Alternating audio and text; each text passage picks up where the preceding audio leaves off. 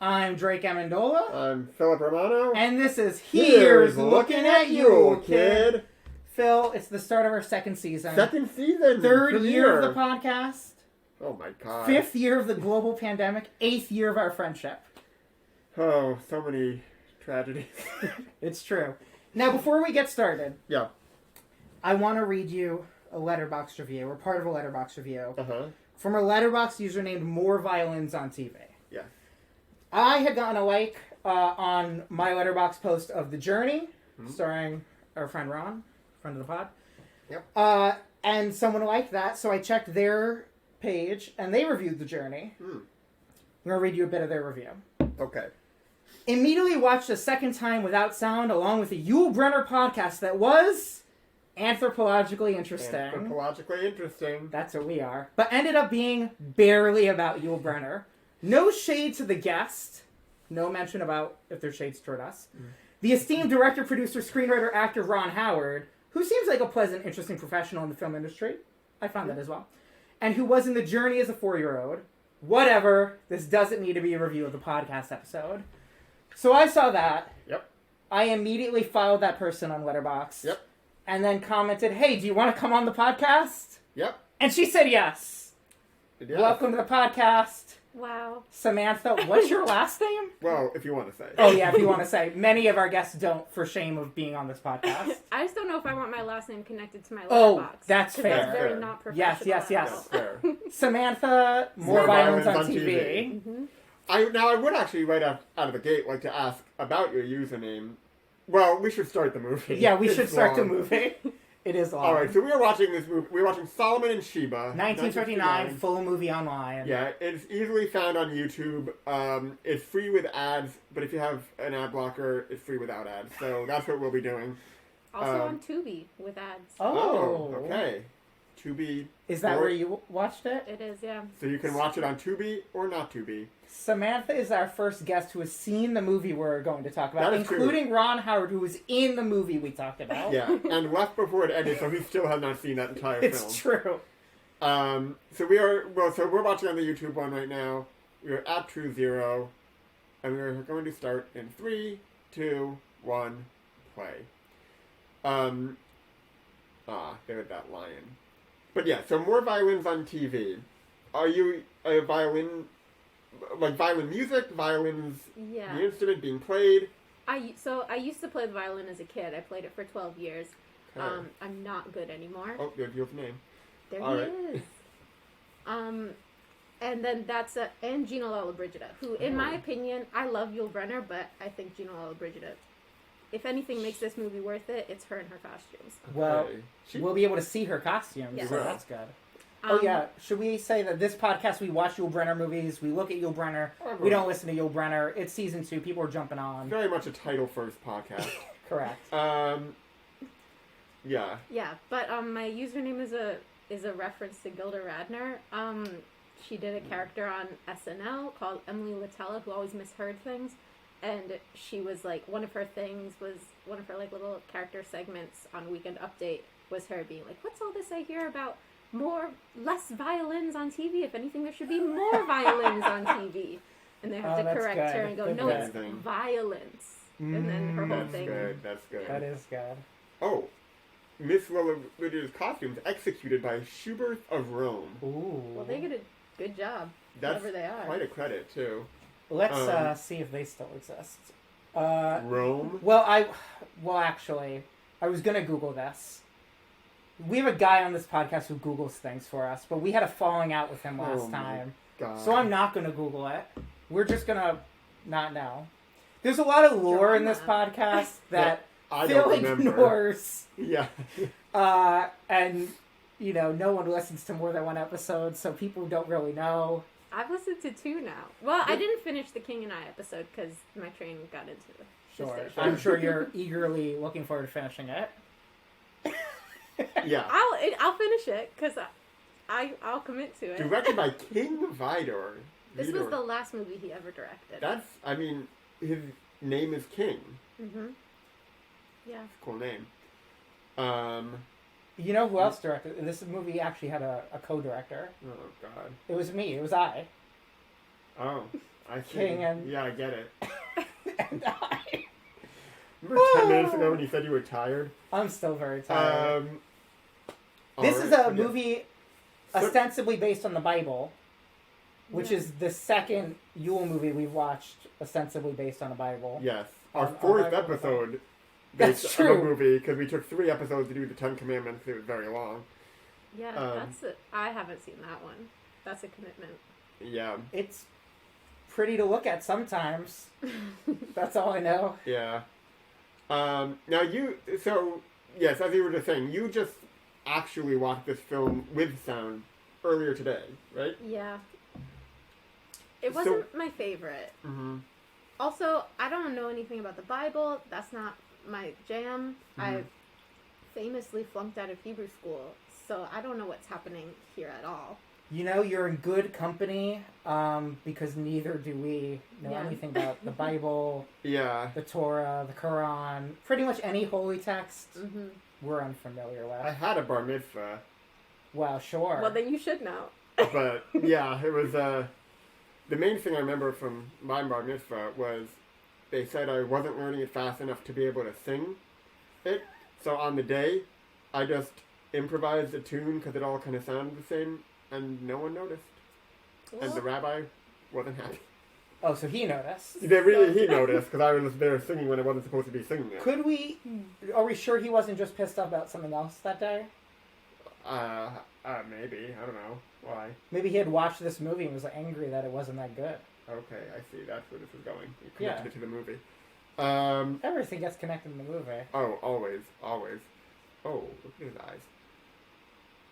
All right, so Samantha, you listened to the Journey podcast. You thought, this is a pretty dumb podcast. Anthropologically interesting, the nicest way anyone has ever said that we are idiots. And then you said, yeah, I'll come on this podcast. Yeah, I thought it was interesting. I thought it was crazy that you guys asked me. Well, and then we're not far away. Like, we all live in New York City. which so. is really wild. So we're recording this in our Manhattan satellite studio. Yes, where we recorded with Ron as well. Usually we record in our Queens studio. But yeah, it is wild that you're local. I think we're probably all around the same age-ish. I think so, too, because you mentioned what year it was when you were in elementary school in the King and I podcast, so I think we are, like, all within, like, 3 years of each other. Yeah, yeah. Fascinating. I remember nothing I said about episodes. You guys were talking about theater. Oh, yes, that's when we talked about a bunch of shows we saw yes. together. Yes. Right, Yes. right. Which, yeah, that we used that well up, right? We're done with that? We are done with that. I think last episode we finished Great. talking over those. Oh, almost dropped your computer there. Well, So- yeah, it would've been good. So you've listened to a couple episodes. So one of them was obviously the special episode with Ron, which is a unique episode in our oeuvre, I think it's like most of our episodes. I think they're all that. in that we barely talk about the film. But that's Yeah. can I ask how you got him on the podcast? Because he's, like, very, very famous. Yeah, that is a great question. Well, we had our manager Lou reach out. Yeah, I guessed his email address pretty much. Correct. I don't know if we like- said this on the podcast. Ron.Howard@gmail. You can edit that out if you need Well, to. we don't edit this we podcast. don't edit it. It was not that, but it's just like using some logical stuff. And didn't really expect a response.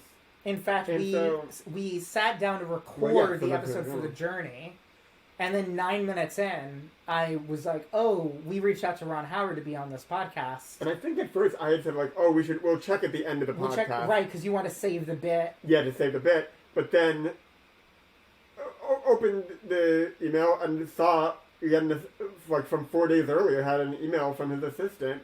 I was like, "Okay, we gotta stop recording." Yeah, and then we did. We had a 10-minute episode that's on my computer somewhere, Yeah. and rescheduled. And then we That's Oh. him. That's your boy. there's a boy. What does he sound like in this movie? You you watched it with sound earlier, so We should have sounds only the same. listened to it earlier. I know. I considered that, but then I wanted to watch it for real. Yeah. But I mean, he's not like a great accent guy. Like he has the accent. Well, that we he don't has. know. I don't know what he normally sounds like. Well, if you, like, at the end of this podcast, if you ever go back and watch any of the movies for, like, with sound, you'll hear his voice. You just need to watch one movie and you know what he sounds like. Oh, now. Okay. I guess I have heard. I'm sure I've heard him on the King and I soundtrack at some point, or Broadway album. When I don't know. Yeah, I can't. Yeah, he has his, like, ambiguous accents Sure. that Hollywood love hello. to just be like, that's any race that we want. Oh yeah, I mean, he seems like he really leans into that ambiguous. Well, he was very vague about when people would ask him about his history. He would be like, "Oh yeah, I'm from here and there." Like, That's true, yeah. it is weird because I feel like, oh wait, is that him? That's him. Oh, with two hair. thumbs way down. Now, do agree. you want to reveal what your Letterboxd review for this film was? Let's see. I have it. Do you have it pulled up? Maybe. I don't think it was great. It was brief. I Yeah, know because the costumes in this movie do look very cool. The costumes are good, although it's like the thing is the reason why we all like made that sound when we saw him now is because he has hair in this movie. Well, yeah. Right. So the And review. He's Yul Brynner is such a weird like little sexy guy, and somehow with hair he's less sexy, which Yes. you would think would actually be the opposite. So that's exactly what your review was. Yeah. It was 1.5 stars. Somehow Yul Brynner becomes less sexy when you give him hair. How? Yeah, like it doesn't make sense. Well, and the first movie we watched, Port of New York, he has hair in that as well. Weird. But I think it might be like his natural hair in it, like before he had lost all his hair. Well, I think he shaved it on purpose for The King and I. And then just And then kept he it just because that's works when he for got him. famous. Well, And he also did because he that. never stopped doing the King and I. That's Well, true, yeah. But, he was like yeah. always ready to go on and nipping at a Like, moment's notice. He has this magnetism, this like very real like sexual energy almost, without hair. And then with hair, he looks like a boring dude who Yeah. would be like He's just some annoying at guy. a cafe or something. He's just some guy Yeah. with hair. Yeah. He looked so good when the helmet was on, and I thought he didn't have hair. Yeah, it jump scared me too the first time. And this is really tricky because we only watch this without sound. There are times we don't recognize him That is until true. halfway through a film. I think even just now, as you were talking about him, I was looking at it and didn't realize it was him for a moment. Yeah. Well, also, like, that other guy in there is his brother, and they also have completely different accents. Sure, So sure. they're just, like, just believe it. You because used to it's just Sure. be able to make a movie, you Yes. know, so true. and then you were done. But Yeah. Larson, it's almost like he was so vague about his nationality and his background, almost as if he was like, "Well, I'm not going to get canceled," but like no one gave a shit. I mean, yeah, people the word cared, but like canceled was not. the people making the movies didn't give a shit. Yeah. I don't know. I don't know if it was possible to get canceled the way that we get canceled now back then, but like I think people probably could have been way more racist to him than I'm sure they were. Yes, good point. Good True, point. like kind of canceled the by opposite racism. Right, Yeah. right. Yeah. He was like, what let's a- keep it ambiguous Yeah. so that, you know, yeah, not great. That looks like a very modern cup that guy is holding. Yes, the cups in general, but the thing is, cup technology hasn't changed too much. But I mean, I feel like it's not actually, but it looks like it's like brushed blue metal. I don't think it is, but it looks like it. They probably just made some pewter cups. But see, yeah, I don't know. Oh, Well, boy. I have a cup here, Phil. Yep. So this is our podcast is just we keep talking about nothing until we stumble on a thing to talk Well, about. see, this is you'll- a little bit of a theme because you mentioned the cups in The King and I. We And how they did? looked- and how they looked very, very fancy. Wow. Look at this anthropological line. Yeah. Wait, maybe you are an anthropologist of shitty podcasts because you're seeing all these connections that even in our own time we're not seeing. Well, yeah, I guess. I'll claim it. I'll claim it, sure. So I have a cup here that Philip gave me is from the National Theater. Yes. And it says, "I'm reusable. Please return me to the bar." Mm-hmm. Now, Phil, I'm holding this in your apartment in New York City. I mean, our satellite studio. in Yeah. Manhattan. You didn't return it to the bar, or are you just taking a very long Yeah, time? I'll be back one day. Okay. Also, shout out to our friend Marika for making me aware of those cups. Okay. Mariko will never come on the pod. Oh, no. But maybe we can get on her podcast network. Yeah, I'm sure. Yeah. Look at all these horses. I always feel bad for animals in these old movies. Yeah. I'm sure they were mistreated. Yeah. That's Gina Lollobrigida. Her costume does look good. And am I right that she just recently passed away at like 100 and something? R.I.P. I don't really know very much about her. Other than that she's an icon. Yeah. I think she lived to be like 105 or something. Yeah, a lot of these old movies, like, horses would die, extras would die. No one was really taken care of. Were unions even a thing in movie making at this point? Not really, right? I don't actually know. Well, you seem... So I followed you on Letterboxd. You seem to watch a lot of older movies. You were watching a lot of Deborah Kerr movies. Oh, yes. Tell us about Deborah Kerr December. Yeah, so Deborah Kerr that's my thing right now. Kerr, right. We ordered this from Ron. We forgot. Yeah. That was her, like, MGM Welcome to Hollywood campaign that they said, like, Deborah Kerr, her name rhymes with star. That was in, like, all of her little promos. Fun. I watched Tea and Sympathy from 1956 in the beginning of December, and then I said, I think I need to watch every single Deborah Kerr movie that has ever come out. And I have advanced quite a long way in that goal. I only have, I think, 5 movies of hers that I haven't seen, and they're the bad ones, so I'm not, like, in a hurry. How many movies does she have? Like, on Letterboxd, there's, like, 60 or so that are there, but they're, like, some of them are, like, documentaries or, like, something that she just did, like, narration for. And then, or it's just, like, archival footage. So I think she did, like, 44, maybe? That's around there. It sounds like you should start a Deborah Kerr podcast, and then there's 2 episodes where we could cross over. Honestly, well, we've maybe. already done both. Yeah, no, we'll guest on her podcast. you guys will be so not guests. cross. Okay, I see. Yeah, wait, get your friend with a podcast network, pitch her this idea, we'll make it happen. To be clear, she doesn't own the podcast network. No, she just works for a employee podcast at a network. major podcast network. And she won't put our podcast on there, so... Yeah. But, if you're listening... Although this could be where we start a podcast network. This is the Yulverse that we've talked about before. A podverse, if you will. Yeah. Into the podverse. Yeah. It is. Now, how does this figure into the Humpty cinematic universe? Yeah, you didn't listen to the episode where we created an entire outline for 19 Humpty Dumpty films. That's actually one of our better episodes. Oh my god, what are we doing? I don't know. Thank you for coming all the way here. What was that movie for that you were watching? That was the 10 Commandments. We did 3 episodes. That we had a lot very of time. long. We went through a lot of tangents. Is that also when we started, naming all 101 Dalmatians? No, that was an idea we had for a different podcast. Oh, right.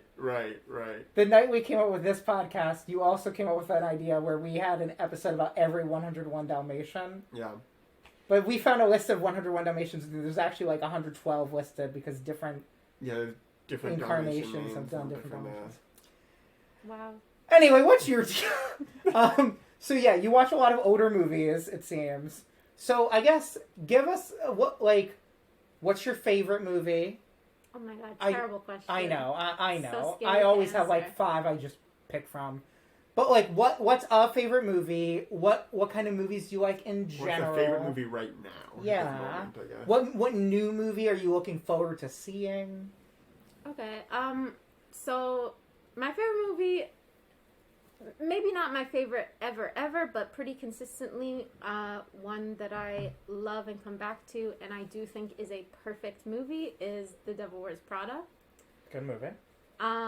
It's perfectly paced, in my opinion. And the costumes, of course the costumes are going to be good in that movie, but they really are very good. A movie, what were the other questions? A movie I'm looking forward to? Yeah. Well, it's already out, but I haven't seen Poor Things yet, and I'm going to see that next week. Whoa, this is so weird. It's a movie only I've seen. Never happens. This dude barely watches movies. Yeah, I just saw that. Was it good? In the last week. It's very good. It is, talk about anthropologically interesting. Yeah, there's a lot to unpack. I want to see it in a theater because it is beautiful. Mm-hmm. Like, Oh, yeah, you saw a screener, right? Yeah. But it, just like, I mean, it was put on the projector because like the skies alone in that movie. I'm excited. I'm going to see it in the theater. So. Yeah. I That think made it'll me be excited a good for it. experience.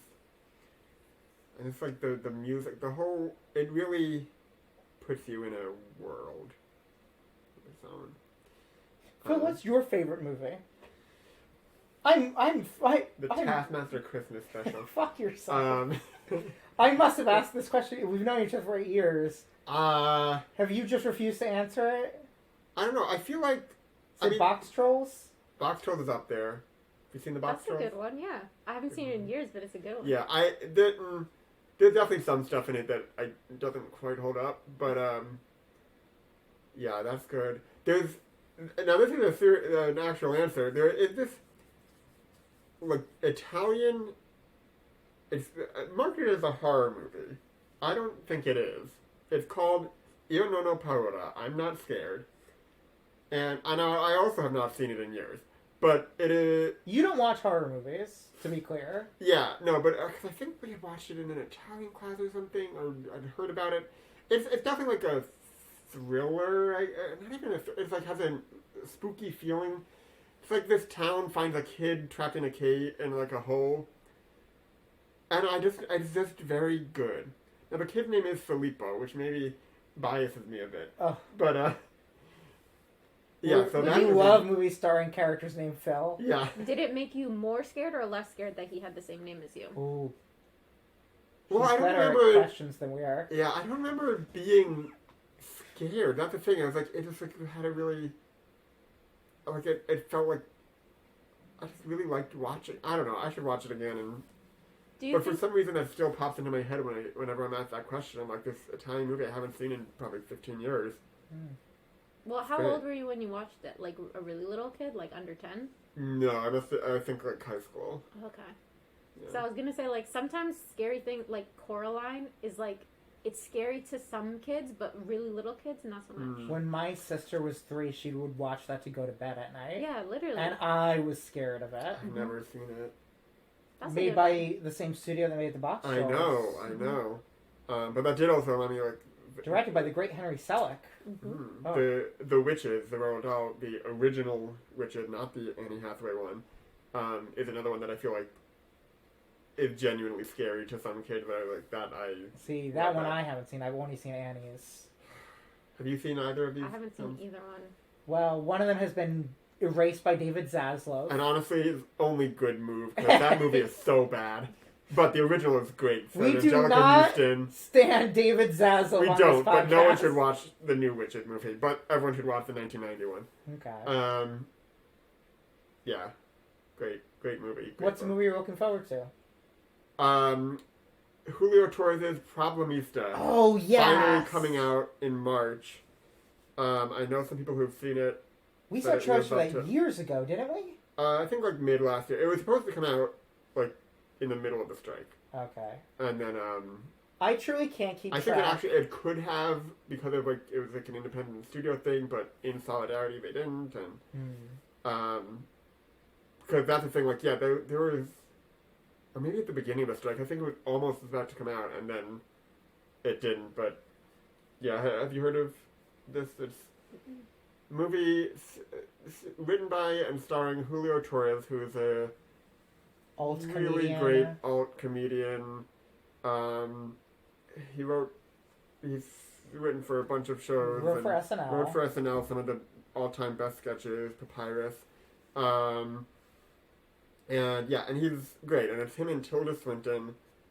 I don't remember the exact story. I know it has to do with like immigration, but I'm sure there's elements of like it's like surreal and hilarious. I've heard it's exactly what I'm hoping it is. So nice. That's probably my top one. And it hasn't come out yet?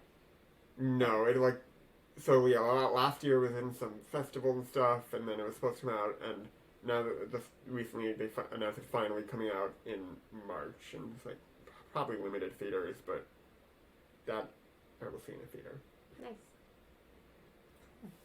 And what about you? My favorite movie is Kiki's Delivery Service, directed by Hayao Miyazaki. That's a good one. That Yeah. was like a VHS that I wore out as a child. Same. I will also only watch the version that was from that VHS because, like, since then they have like edited the dub to make it more faithful to the original Japanese, which usually I'm very pro. Hayao Miyazaki has said that he wants people to watch his movies in their native languages, but also I'm just really nostalgic for it. And in the movie's language or in the person in the person watching in their native language. Got it.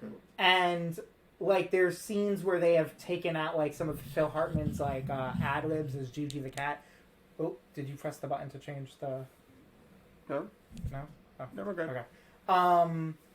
And I like the original version I saw, but yeah, I saw that when I was like 6 years old, and probably wore up multiple tapes. Love that movie. Movie that I want to see. Well, do I only care about animated movies? There's a movie called Robot Dreams that was nominated for Best Animated Picture that screens today, and that's it in New York City when it comes to announced screenings. But I couldn't go because I went to see Once Upon a Mattress, the musical at City Center.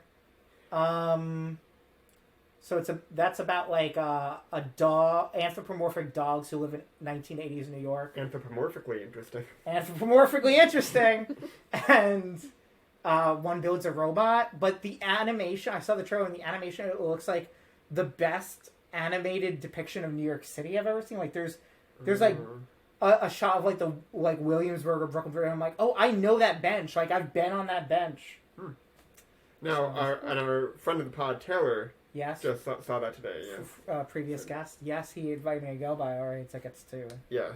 But, Mattress with other guests of the podcast. Right. How was Once Upon a Mattress? Because I have a friend who worked on it. Oh, I had a lot of fun. An unhinged audience, but look, that's the way it's been since... In a positive way or negative No. way? The woman next to me kept singing lines of the score, of the like lyrics. Not great. And also weirdly, when Sutton Foster came out, the woman next to me blew kisses to her. No, we were in the balcony. She couldn't see, but like she clapped and then blew kisses, which is like a thing I recognized from audience members in movies, but I didn't know anyone had ever actually done that.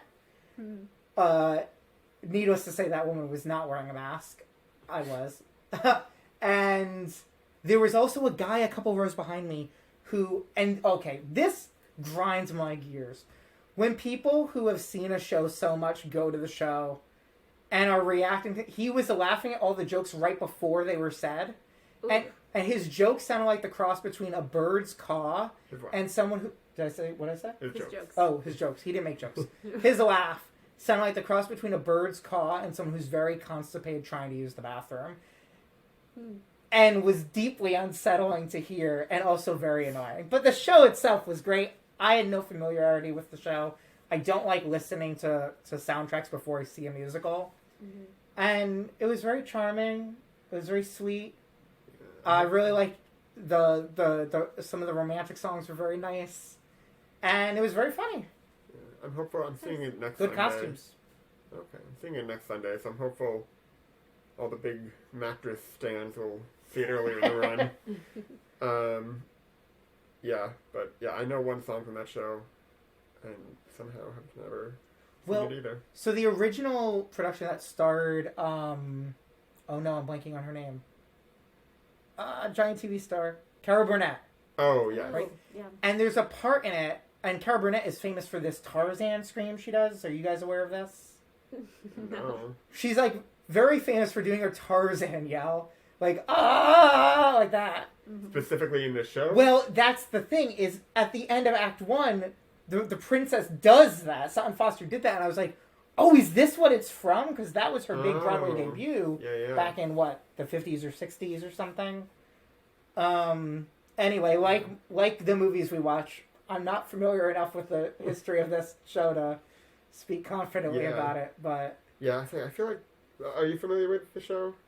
No, I've never seen it. Yeah, me neither. I feel like it's one of those ones saying it's done all the time in schools and everything, but I somehow never... Well, it made me realize that I don't think I was really familiar with the story of the princess and the pea, because I didn't know it was like they put a pea under her mattress. oh, I mean, that's what I know about the stories. Yeah, that's like the an only actress, thing and they're I like, know. it's like, Yeah. if you can feel it. I didn't know Oh. what this woman had to do with a I didn't know. Yeah, It's well, like I mean, I guess the only other representation recently would be Princess P in Once Upon a One More Time on Broadway. I think it's called her another Princess musical. P. I mean, I actually don't. But that was also a very fun musical. Which, do you agree? It was fun. Okay. This is a feud we have about this show versus Bad Cinderella, but No, we won't get into it. Oh my We won't get into This it. is not a theater podcast. This is Not clearly yet. a film podcast. We never talk Clearly. about theater. I was kind of interested in all of the shows that you see. You guys see more theater than I do.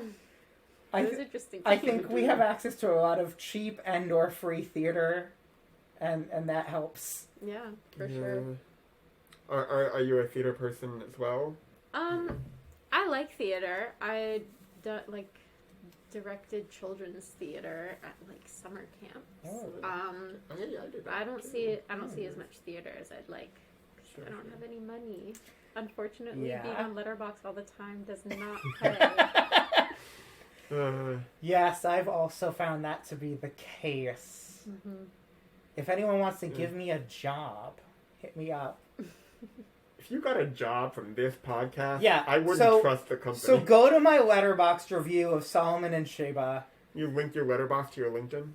I don't, but I want someone to find me on Letterboxd and say, "Hey, I've got a job for you."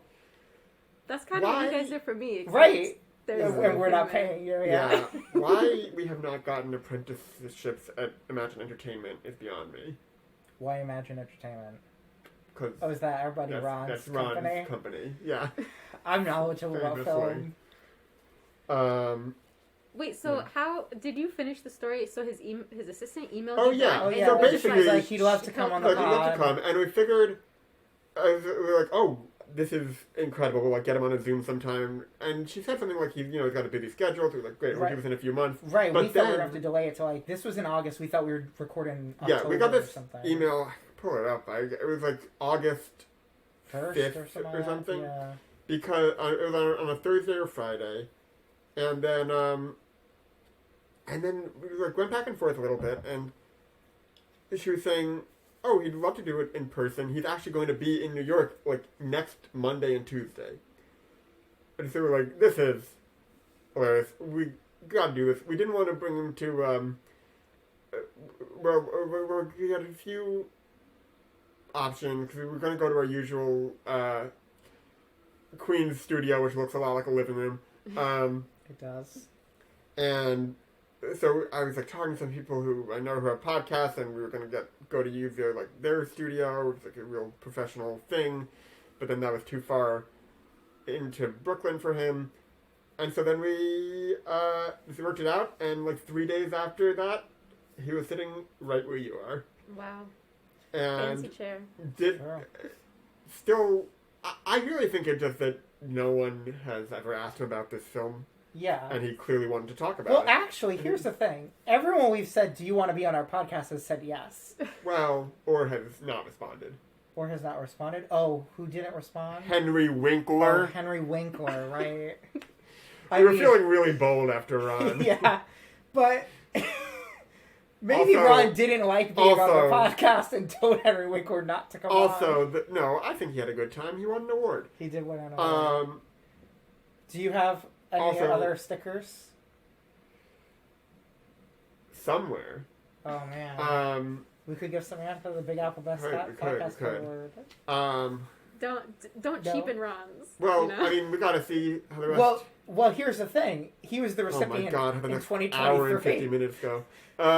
We need a recipient for 2024. You know. That's true. Sure. Oh, that'd be great. And then we can source it on the Wikipedia, and there'll be two winners, Multiple Ron Howard winners. and Samantha More Violence on TV. Right. Um, This guy's got a good. It's like with hair and facial hair, it's a little bit better. Wait, is this but- Yul again? Yes, it's him. Oh, he looks hot again. Yeah, the facial hair helps. Helps. wow, And also because the crown he's wearing, you can't really see the his hair. So he Yeah. almost looks good His again. whole face looks different with it the beard. really does. Mm-hmm. I mean, he looks younger. He looked. And the hair even looks better right now. Yeah. Maybe it's because it's covered. He doesn't have a great hairline. Exactly. Well, this is obviously a wig because his head was shaved the whole his whole time of him being famous. Right. But even with the wig, they were like, let's still give him male pattern baldness. Yeah. I was like, I don't understand. Like, they made him look like a dude from the 50s. Yes. Like, it's not... It doesn't look good. Update. Taylor is not invited to Paul's bachelor party, so that's how he can find out by listening to this podcast. Taylor has now been mentioned. You may We've already mentioned. So, Oh, yeah, yeah. our It's friend like hot Taylor... drama. Yeah, right? Our friend Taylor has been on this podcast, and we learned he only listens to episodes until his name is mentioned, and then he shuts it off. So... Yeah. Wow. Yeah. Oh. You think this parrot's still alive? No. Parrots can live for a very long birds time. live a long time. If this is a young parrot, it's possible. You want But to get maybe the parrot not, on though, the because it pod? probably got overworked. That's, Yeah, they that's probably true. killed It's a this parrot Hollywood right parrot. after this for fun. Or this is the best parrot in Hollywood, and they When treated him was better nail than polish treated him invented? better than any of I know, she the is humans. getting her nails painted. Yeah. I Which feel like looks nail like a polish very... is one of the things that's surprisingly old. I mean, it would make sense, Like right? some form of it, yeah. But yeah, But that looks it like looks a like a regular regular... average. So was this movie secretly filmed like in the early 2000s and just What? In 1950. I'm thinking about the cup still. Oh my god. Oh boy. 1959.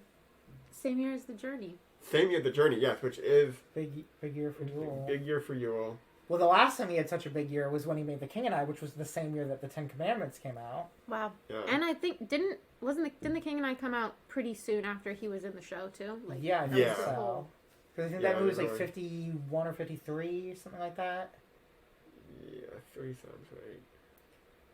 But yeah, he was doing that show up until like the year he died. Like, I Oh, think yeah. he's one of the people who has the most performances as the same Yeah, character. Right? he's up there. Mhm. It's like Catherine Martin in The Perfect Crime has more. This is a show that ran in New York for like 50 years, and It's one person. still running. Oh, She's still doing it. I'm pretty sure. It's running at the it's at the theater center, formerly known as the Snapple Theater Center. It's apparently very bad, but it's been running for like 30 years. She has only missed 5 performances for like children's weddings. There was a weird thing a few years back where they shut down for a few days because their pipes got stolen, which Oh. really felt like Like Was the it- she wanted a plumbing break. pipes? Huh? The pipes and the plumbing? Yeah, Like- it was like some copper it pipe. was like got- an inside job or something, right? It Wasn't was- it? I mean, we were all suspicious that she just wanted a break and didn't want. But she'd done like so many performances. It's wild. But yeah, Yule's done a lot. Did a lot. All right, so we talked about our favorite movies and movies we were looking forward to. Mhm. What is the worst movie you've seen in a theater? Oh. I mean, Foxcatcher.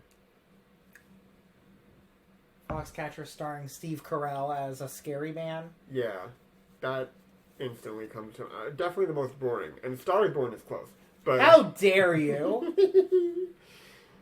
Have you seen The Star is Born starring Bradley Cooper and Lady Gaga? No, I'm not a Bradley Cooper fan. me neither. After that, I mean, I think Um, that's a justifiable stance.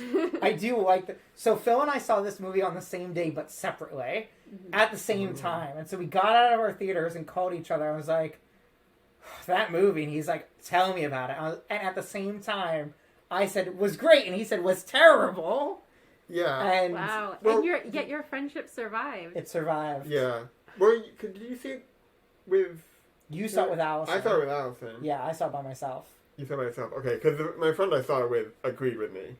I saw that as a solo man. So Solomon. Oh my god. This is something I discovered recently. This is Except, a connection that this movie has with our No. buddy Ron. careful. Careful? Well, okay, say what you're gonna say. Solomon. Yeah? Solo man. Except that's not how it's spelled. Oh! Well, it doesn't matter. It doesn't need to be Alright. mad. So, the solo part is the important part. He Sure. directed Solo, the Star Wars movie. Which, do you know how much restraint it took for me to be sitting next to someone who directed a Star Wars movie, and to not mention Star Wars once. Oh yeah, we recorded that during the strike, so. Yeah, he didn't care about them. He Oh, constantly mentioned movies. Oh, that he was, but yeah. he's a producer. He doesn't give a shit. Well, yeah, so, yeah. Had the sticker. Yes, I think you were more worried about that than he was. Yeah, I know, it was, Phyllis and SAG. Nice. True. For exclusively background acting. Correct. Anyway, he which- directed Solo. He did. He directed Solo, Mon. That's right. We'll move on. Red Feather. Samantha, what's the worst movie you've seen in a theater? I can't think. I feel like when I see a really bad movie, it just leaves my head immediately. I'm like, well, that was a waste. Goodbye. And Okay. I forget about it. I wish I had that power. Yeah, I mean, sometimes if it's bad, then it's fun to like talk about it and say how bad it was. But I don't know. I can't think of a bad movie I've seen in a theater that like got me really, really mad. I mean, that's the thing. I feel like, listen, we should be positive. We don't need to bring down cinema on this podcast. Well, But hold on. Can I? Foxcatcher was boring and bad, Well, and that's the worst kind of bad. My worst movie But- also features Bradley Cooper. So can I join the not caring about Bradley Cooper brigade? Please.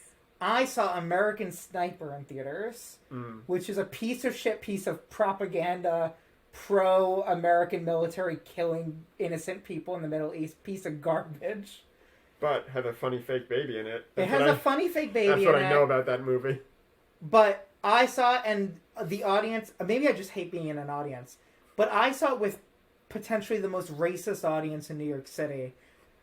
Because there's a part of this movie where Bradley Cooper, the titular American sniper, is holding a sniper rifle and has, like, in his target, like, a small child who's got, like, a rocket launcher in his hand, and he's like, drop it, because, you know, Bradley Cooper's a good person and doesn't want to kill this child. Oh, sure. And some random person in the theater screamed, just shoot him already! And people started clapping, and I went, oh no, I need to leave. What theater did you see this in? I saw it in a theater in Queens. I won't say which one because I don't want to reveal where I live. It's the theater we saw Wreck-It Ralph 2 in together. Is that the one where there were some characters for a long time? Where there were some characters for a long time? There was a trio of characters there for a while? No. Okay. It was not that one. This woman kind of looks like Maya Rudolph. The woman on the side? Yeah. Did you know all of Bridget? Oh. I have not thought that the rest of the movie. Wait. That's Gina Lollobrigida. Yeah, and that's like, her mom or her advisor. Oh, yeah. Oh, okay, yeah. I was gonna say, yeah, no, it looked like Maya Rudolph is good.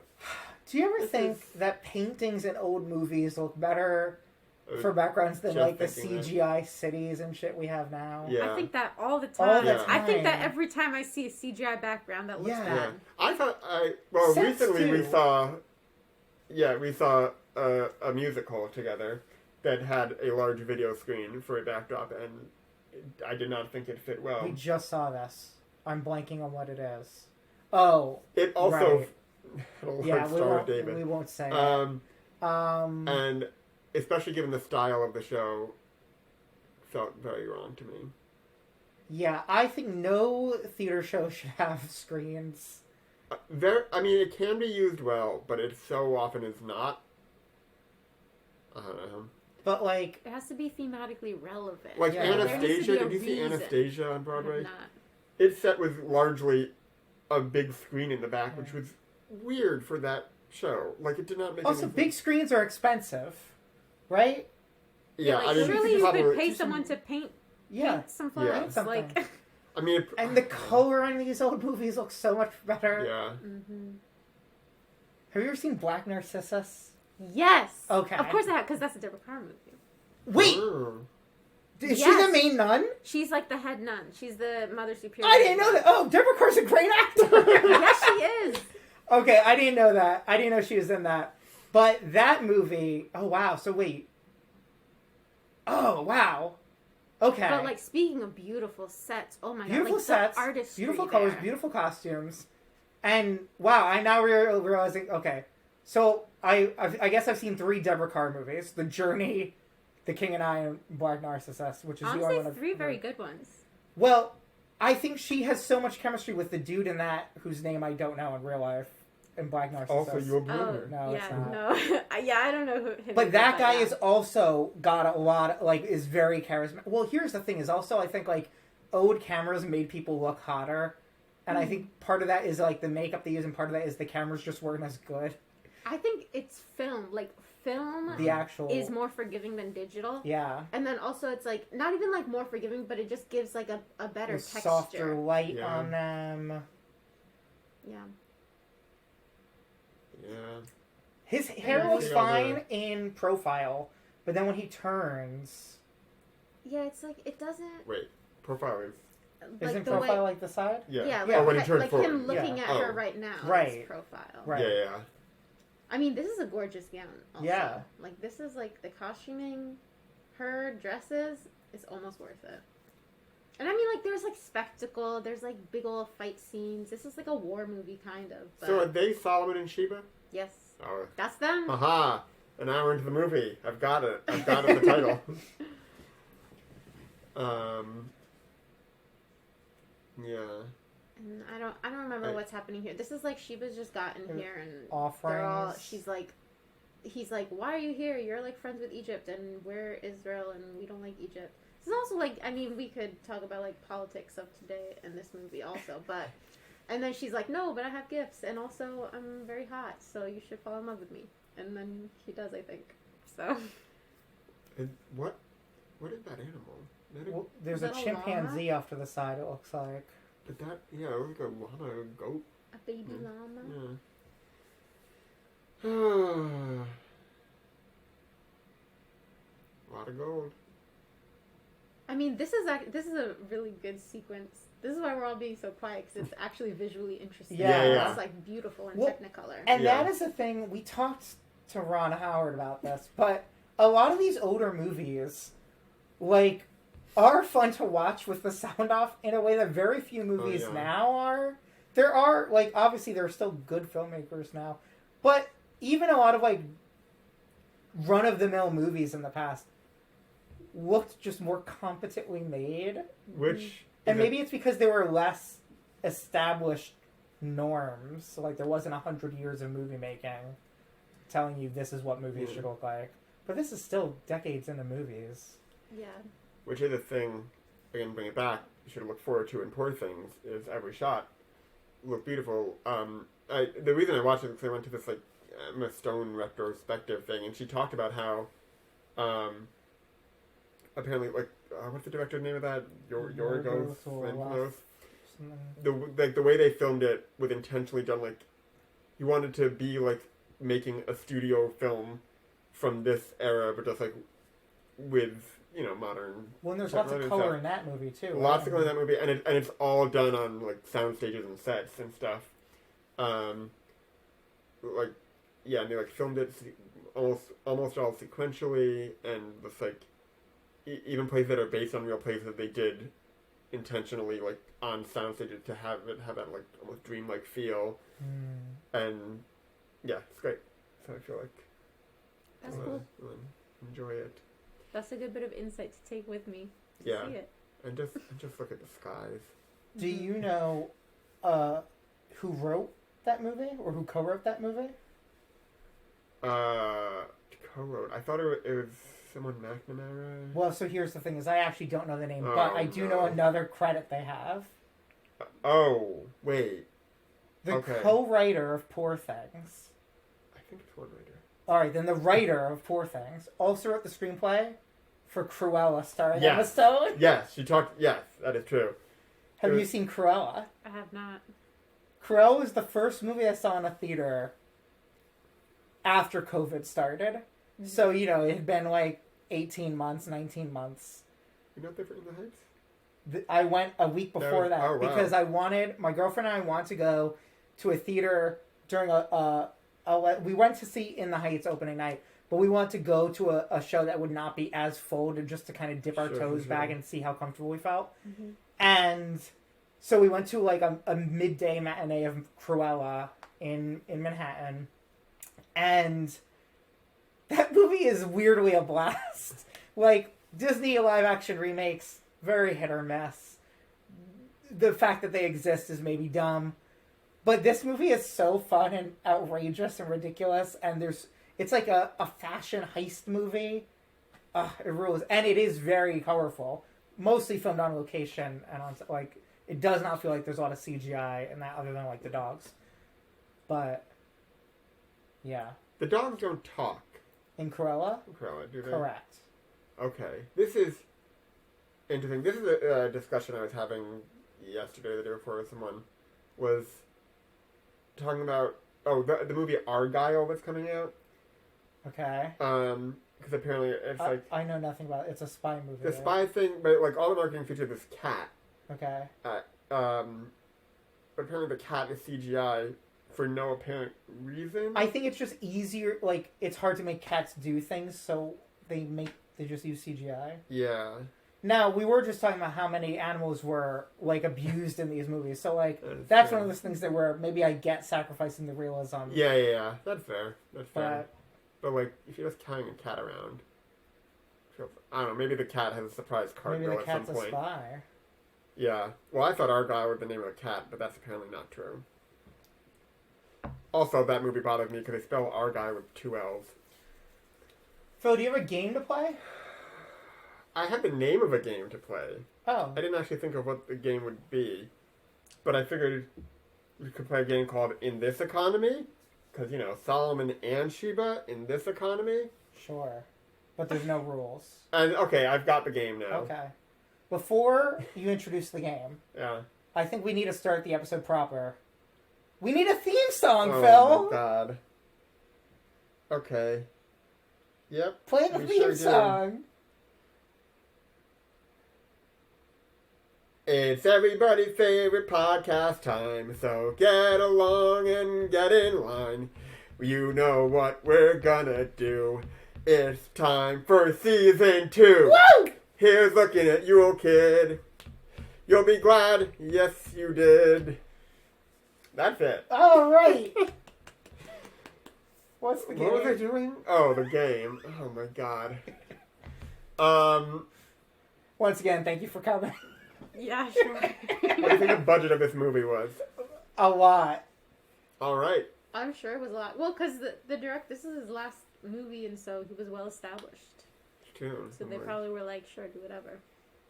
Wait, was that the game? Yeah. It was called In This Economy, and it was Get the Budget of this movie. Okay. So a lot. A lot. I guess. A lot. And now, there is a part 2. Oh? Yes. So take your guess. Okay. And what do you think that is with inflation? A real lot. Even more. All right. All right. But still less than, like, whatever Captain Marvel or Thor 4 cost. Thor 4. And 7 years ago. Look at earrings. They almost look like little skeleton hands. Mm-hmm. Not enough movies with skeletons, A lot of vampire movies, a lot of zombie movies, not enough skeleton movies. Or, does every movie have skeletons? No, I'm not brooking this kind of nonsense. Skeletons are a great monster. They're not utilized enough. The only movie I can think of that features skeletons is it Jason and the Argonauts or one of those movies with like Harryhausen monsters? The one that's coming to mind is the Scream, the Scary Movie, the parody one, where she's like freaking out, and then the other girl turns around and is like, "Cindy, this is Bones." You know what I'm talking? And I haven't seen them. It's a skeleton coming towards them. Well, that's what making me think Okay. about that. Maybe the influence of Scary Movie. Maybe. You They know what ridiculed I it want? enough that people just haven't tried to Well, do. but like, what is scary about a skeleton? Like, what they're gonna bite you? Like, I which don't know. another human It's can just also do? Remember, you're gonna All die. right. That I want a kind of thing. movie about a skeleton. It's not a horror movie. Okay. It's like Whiplash or Maestro, but it's about him learning to play his xylophone bones. Yeah, sure. I would watch that. Like, Yeah. I would watch. Like, it could be a skeleton movie, but not necessarily horror. 'Cause Oh, Nightmare not Before that scary. Christmas. I was going to say yes, that too. that's a good one. Yeah. Any bone playing in that one? Well, not really, but there is a guy who goes, "How's it going, Where did Bone Daddy?" Trope come from? That must come from. I bet it comes from like From a cartoon the, and the the skeleton dance from like the way early Yeah. Yeah. Disney movies.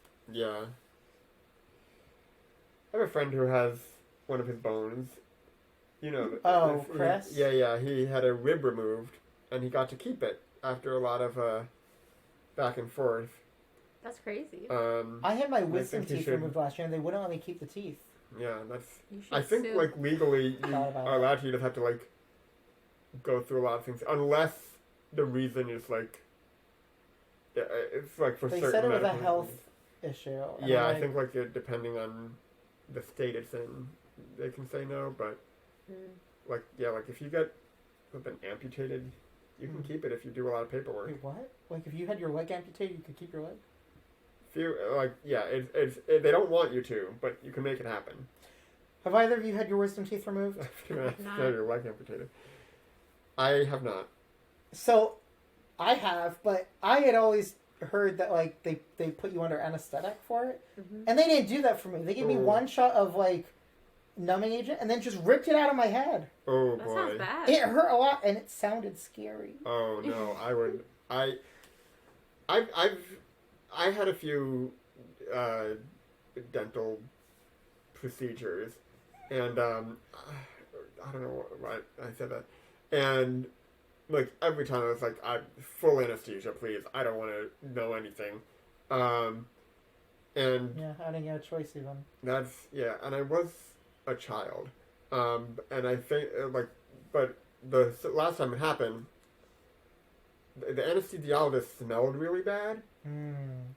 Now, when you're under anesthesia, you know, you're in a You're different high as state, fuck. and so apparently, and I do actually remember this, but like as I was falling asleep, I just was telling the anesthesiologist, it's like, "You smell so bad. No, go away. Oh my god. You smell bad." And apparently the nurses were trying not to laugh because they knew it was true, is what I heard from people on the outside. And I think I said it again as I was waking up. I was like, "Oh, you're still here." Is this a human baby? Yeah. Famous. Let's Oh, get, that baby oh, is naked. Hello. Yeah, that's Let's a real baby, not a CGI baby. get that baby. That baby's probably still alive. Yeah, probably. Probably. Do you think it's credited? I don't think so. Are they gonna kill this baby? Well, isn't this the story? I think this is a story from the Bible that happened. Oh, is this like the thing? No, that's not about a baby. The thing was like, oh, we can cut it in half, and then whoever had them. Because both of those women say that the baby is theirs. And then they he both knows it's her want it. because, Because he says she like, oh, jumped in give front it of to. the Oh, blade. wait, oh, wait, yeah, Solomon. That is that story. Yeah, okay. Yeah, that's Before like you his got big here, thing. That's the he only was thing like, I knew I don't know about anything him. about this movie. I was like, oh, it's based on the Bible King Solomon. I was reading Solomon's Wikipedia page a little bit, and he was like, I don't know. Yeah, but I know this story. I don't know if I knew it was about a baby because I feel like it's been parodied so much about other things. And it's like, it's... You've seen a lot of Bible parodies? No, but just like the idea, like there's a Seinfeld episode where it's something like... What? It's like, oh, I think it's about a bike, and they're like, we'll cut the bike in half, and it's like, no, you take it. You're the true owner of the bike. Like, that's this story, basically. That's right? what the It's story about a is, baby. yeah. More dramatic with a baby. Mm-hmm. Yeah. Yeah. I like the little fluff on the top of his helmet. That's sweep the floor. Someone else holds him by his ankles. Right. These statues are really cool. I mean, yeah, it's a beautiful set. Yeah. Very shiny, too. Yeah, so most people who listen to the show, they hear us when we're talking about things in the movie, and it means nothing to them. But you watched... Yeah, I watched. The I was journey. disappointed that you didn't talk more Yeah, about the movie. yeah. No, so whenever Ron Howard tried to get us back on track and mention something on screen, were you like, I oh, was finally like, they're going to yes. start talking about the movie? Yeah, I really thought. And I was mistaken. Well, and now you're here and you know about this movie, but we're still not talking about this movie very much. I know, because it's not very good. I didn't really like it. Here's the thing I fear is that many of the movies we've covered have not been very good. Now, but the I've two heard that I know. listened to, Sure. I like. Ah. Like, I like The Journey. I like The King and I. Well, The Yeah. Journey, I don't know. It's like a complicated movie, I think. But I liked it just purely based on their chemistry. Right. Sure. Like, Sure. it was interesting to watch. Even without, like I said this in my review, but like even without sound, it was interesting to watch. But these two, like Yul Brynner and Gina Lollobrigida, like both very attractive people, both huge stars of their time. But in the scene of them together, it's like, okay, they don't really have that much chemistry. Silent chemistry, like no. You know, like look at how stiffly he's sitting. Like, bro, does he even like her? Yeah. Or he's probably thinking like, God, my head is so itchy from this wig. Yeah. Also, that's another thing. Like, God, don't eat grapes like that. Take them off. yeah, I agree. But he's also like, he moves in such a weirdly like controlled and sexy way usually, but Well- I feel like he doesn't have that magnetism in this, and I feel like it's the hair that's The taking hair, away yeah. his mojo. It kind of has the feeling of people on a first date who are very nervous, but they're supposed to already be established, like, in a relationship Well, at that's this point, Solomon and right? Sheba. Yeah, well, actually, I think this is their first date. That could be a Okay. good Oh. analogy because she's like just visiting their kingdom, and that Like, scene with the you know, baby, it was her seeing how he Okay. runs things. That great back. Yeah. Yeah, really. Well, she's got it in between her fingers.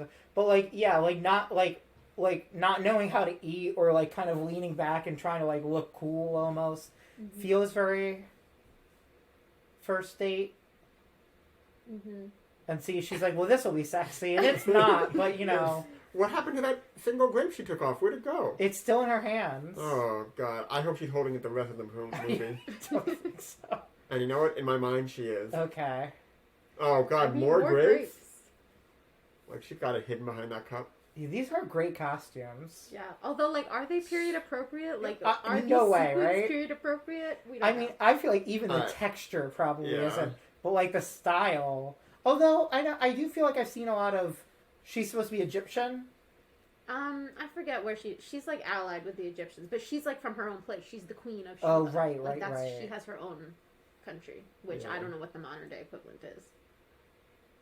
That's a good question. I'm sure hotly contested. Yeah. I do like, I can appreciate the costuming here because they're the romantic couple and their costumes kind of match, but she has like this one thing of red because she's like kind of evil a little bit, but they're matching in the gray silver scheme. But then she has a pop of color to so like, no, she's different. Yemen and Ethiopia. Oh. Yeah, that's her. Yeah. So are you big into fashion and or... Money. No. Like the symbolism of costuming in films and Yeah, what they I tell like- about the characters. I like costuming. I can appreciate costuming when it's well done. I like everything about movies. That's like my whole thing. I just like to talk Oh, about even the movies. sound? I do like the sound of Oh, movies usually. I'm so sorry. Well, hey. But this one is So- fine because it's not the sound. It's like fine, but they're not. It doesn't have any great lines of dialogue. I'm sorry. It's like I'm sure the writer's dead. It's fine. yeah, like it didn't get me. But yeah, I like movies. That's Do you remember what is something that got you into movies? What are like the earliest movies? Got you into movies. Of being a human being in the 21st I century. don't know. Is there an early movie memory you have? I guess. I don't know. I'm sure. Like, And then, hey, there's what got you a into lot. food, you know? I found a sequin in my pocket. Great. Wow, just because we were talking about the sequins in her costume. You're right. You're right. Yeah. But see, like, even this is like, they don't have real chemistry in my opinion. Like, this is supposed to be really sexy, like high tension. I was doing my laundry when I watched this earlier this afternoon, and literally I paused it here to go like switch it to the dryer. Yeah. Because I was like, it's just not doing it for me. I think it might be his hair, but like they don't. Yeah. No, both of them. They look uncomfortable. Yeah. Yeah. Maybe they didn't like each other. Yeah. Maybe. This looks like you know the board game Mousetrap. Yes. It's like the end of Mousetrap when the cage falls off. This feels very close to nudity for Yeah. a movie of the time. I'm sure she has like a nude bathing suit on. I'm sure. But yeah. It's the most risque thing we've seen in one of these. Probably. But also, like, Gina Lollobrigida is like her thing is sex appeal. Mm. So, Oh. Well, and so is Yul Brynner's, right? Like, yeah, that which True. is why like this should have been a winner at least as a romantic movie. I wonder. See, if we did research for the podcast, we know how it was seen in its own time. Well, also, I'm pretty sure someone else was supposed to be Yul Brynner's, like, was supposed to play his part, but then they died, and so Yul Brynner came in at the last minute. So maybe she had chemistry with the other guy. Oh, is this the actor that died while filming the movie?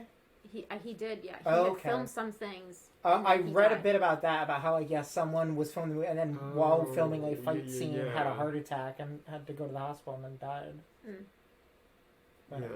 So yeah, maybe they had chemistry and she was still grieving. And, Yeah. I mean, that's hard, too, yeah. to come in at the last minute. Yeah. Probably still doing performances of King and I at night. Yeah, maybe. But sorry, you asked Samantha what her earliest movie memory was or something like that, right? I did. We I could wish we pretend had I gotten didn't. off of the topic and stayed off of it. 'Cause I Yeah. don't really have a good answer. Yeah, I'm that's- sorry. That's not a good question. I'm like, I don't know what mine is. I guess saw movies. Yeah, right? Yeah. Well, you don't watch All movies. right. Better question. If you were a kitchen utensil, what would you be and A why? great question, yeah. Okay. I don't know. I guess I'll go with a spoon. Simple, classic. Not as sharp as like a knife or a fork. You know, I'm not trying to be very aggressive. Yeah. Sure. Who doesn't Alright. love soup? You can only eat with a spoon. I You don't- don't like soup? I don't eat soup. Me neither. So, Wow. this, I don't know if It's we've soup ever season. said this It's on like the podcast. the winter time. We're both very picky eaters. My girlfriend last month did what she calls Soup Week, where every year she spends a week to a week and a half in December. It's only annual. It feels like. And It's this always was only Soup like the Week. second or third. Yeah. But she makes like bulk soup. So like every day she makes a soup, and she makes like multiple pots of it and then freezes it. That way, all through the winter, she can like heat up soup. Yeah, that's very smart. And I just kind of sit there going, "Oh, what you making? Some soup? Okay." And that's my contribution because I neither Bread. cook nor eat soup. You eat bread. I do eat bread. She made bread every day this week too. Bread I- and soup, a classic combo. Yeah, But if you don't like it, you don't like it. yeah. We're both very picky eaters, Philip and I. Yeah. I thought I was very picky, and then I met Drake. I'm a very picky eater, bordering on disordered eating, probably. But we don't have We to might get be into past that. the border. Well, But hey, looks like it's the a Yellow fun Brick movie Road. podcast.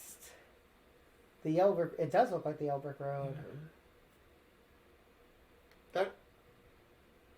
That her? This is like his like That's someone else. friend, Okay. his like She's been in before. She's been standing near him a lot, wearing Okay. like. yeah. She's like the ingenue character. Yeah, She's the yeah. one that you want him to be with because, or like this is like what the narrative of the movie wants you to think in the 50s. This is not my personal experience of this movie because it did not move me very much. Sure. But Like that's they like have the an good actual girl. connection kind of thing. Yeah, she's like the one that he's supposed to be with. She's like moral or whatever.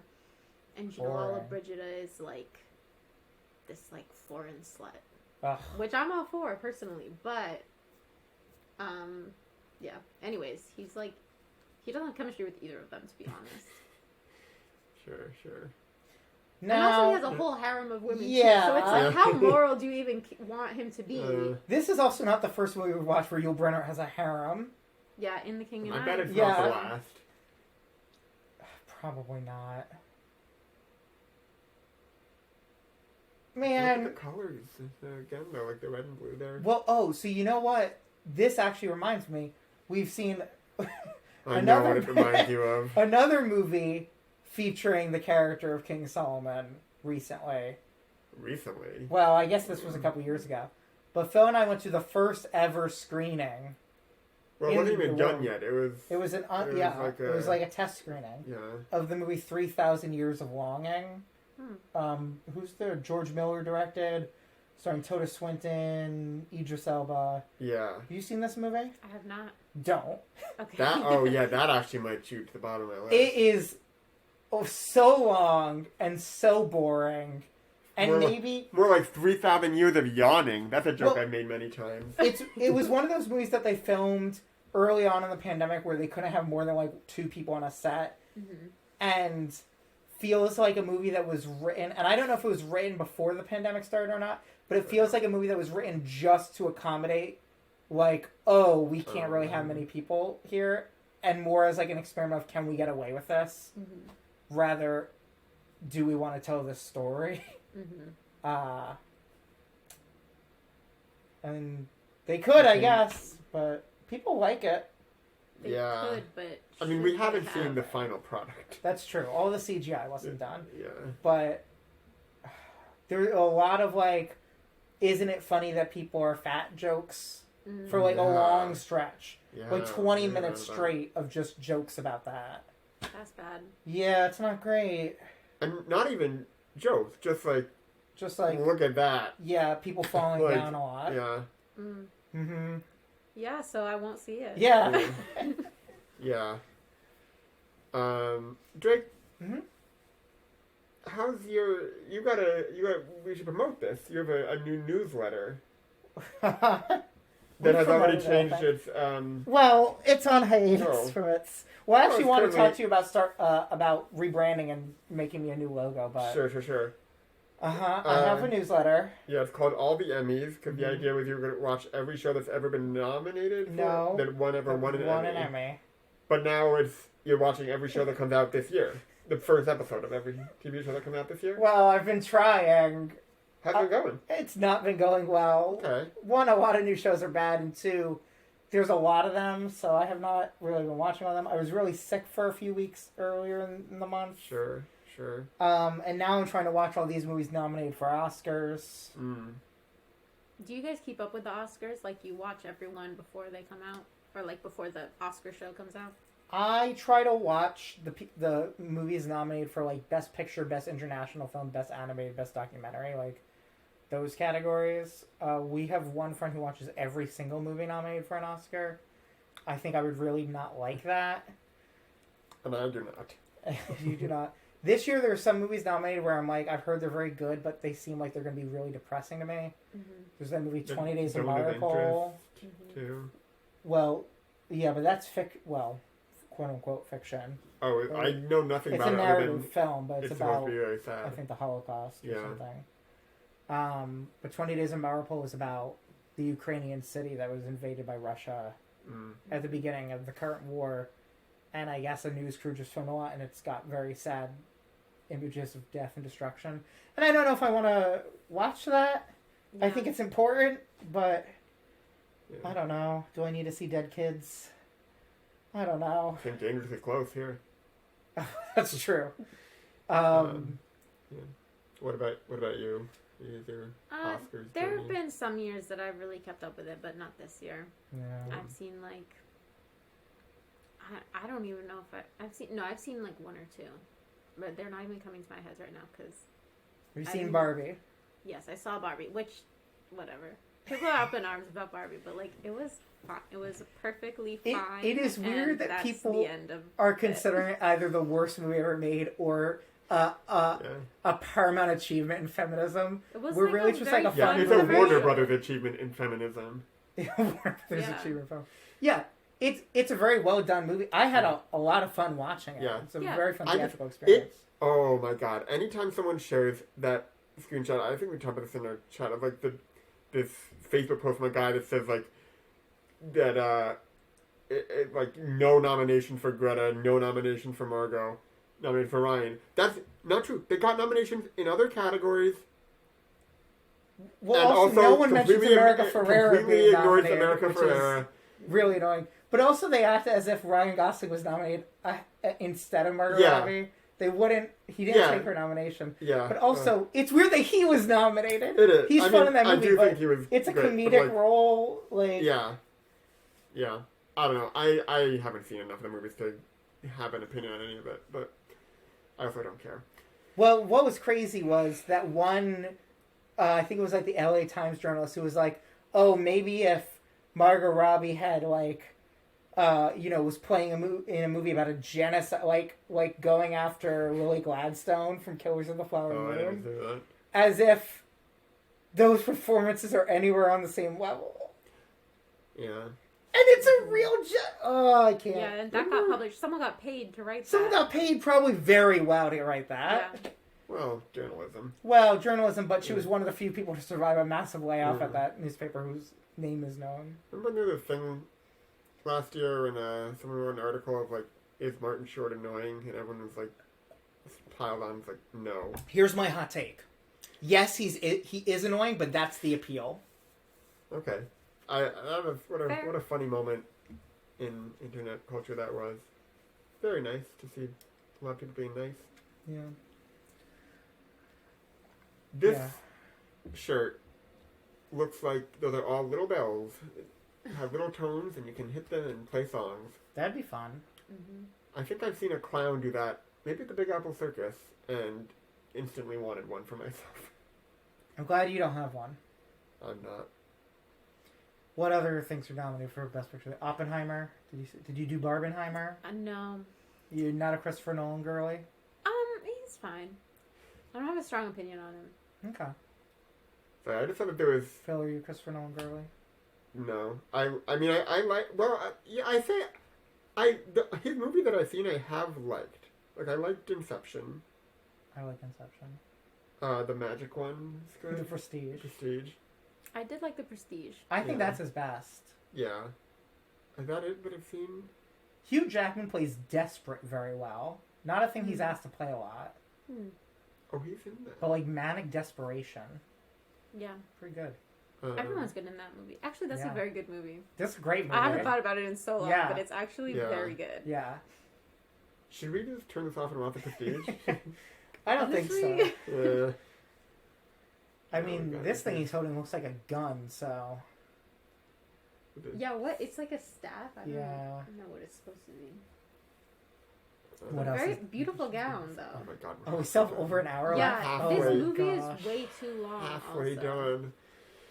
Whoa, we're halfway there. Whoa! You have hair! Thank you.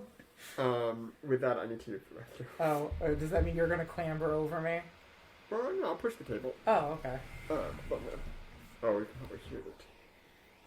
Do you want to hand me the computer? Yeah. What a great podcast. This is... This is because we're usually in our Queens studio. When I get back, we'll check the voicemail? The voicemail. Yeah. Do you guys often get calls because of the two episodes you didn't have that I listened to? So I think the episode after the King and I is where we got our first call. So yes, we do. Not every episode, but most episodes we get about 10 to 15 calls from my dad. What's your dad's name? My dad's name is David. My dad's name is David. Hey! That's a good name for a dad. I don't think they're the same David. Solomon's What? dad's name is David. Wait, is this where the Star of David comes from? Yeah, I think so. Huh. Don't ask me these questions. Like I said, I flunked out of Yeah. But I think so. Yeah, so he's David from Queens. I assume yours is David from from New Jersey. New Jersey, yeah. so not the same David, so that's good to know. Because that would have been a twist that this podcast is not ready for. But yeah, he calls in a lot, and he will listen to an episode and pause it and then call in and comment on the thing he just listened to, and then call again 10 minutes later when he's listened to more of the podcast and be like, oh, you already answered this question, but...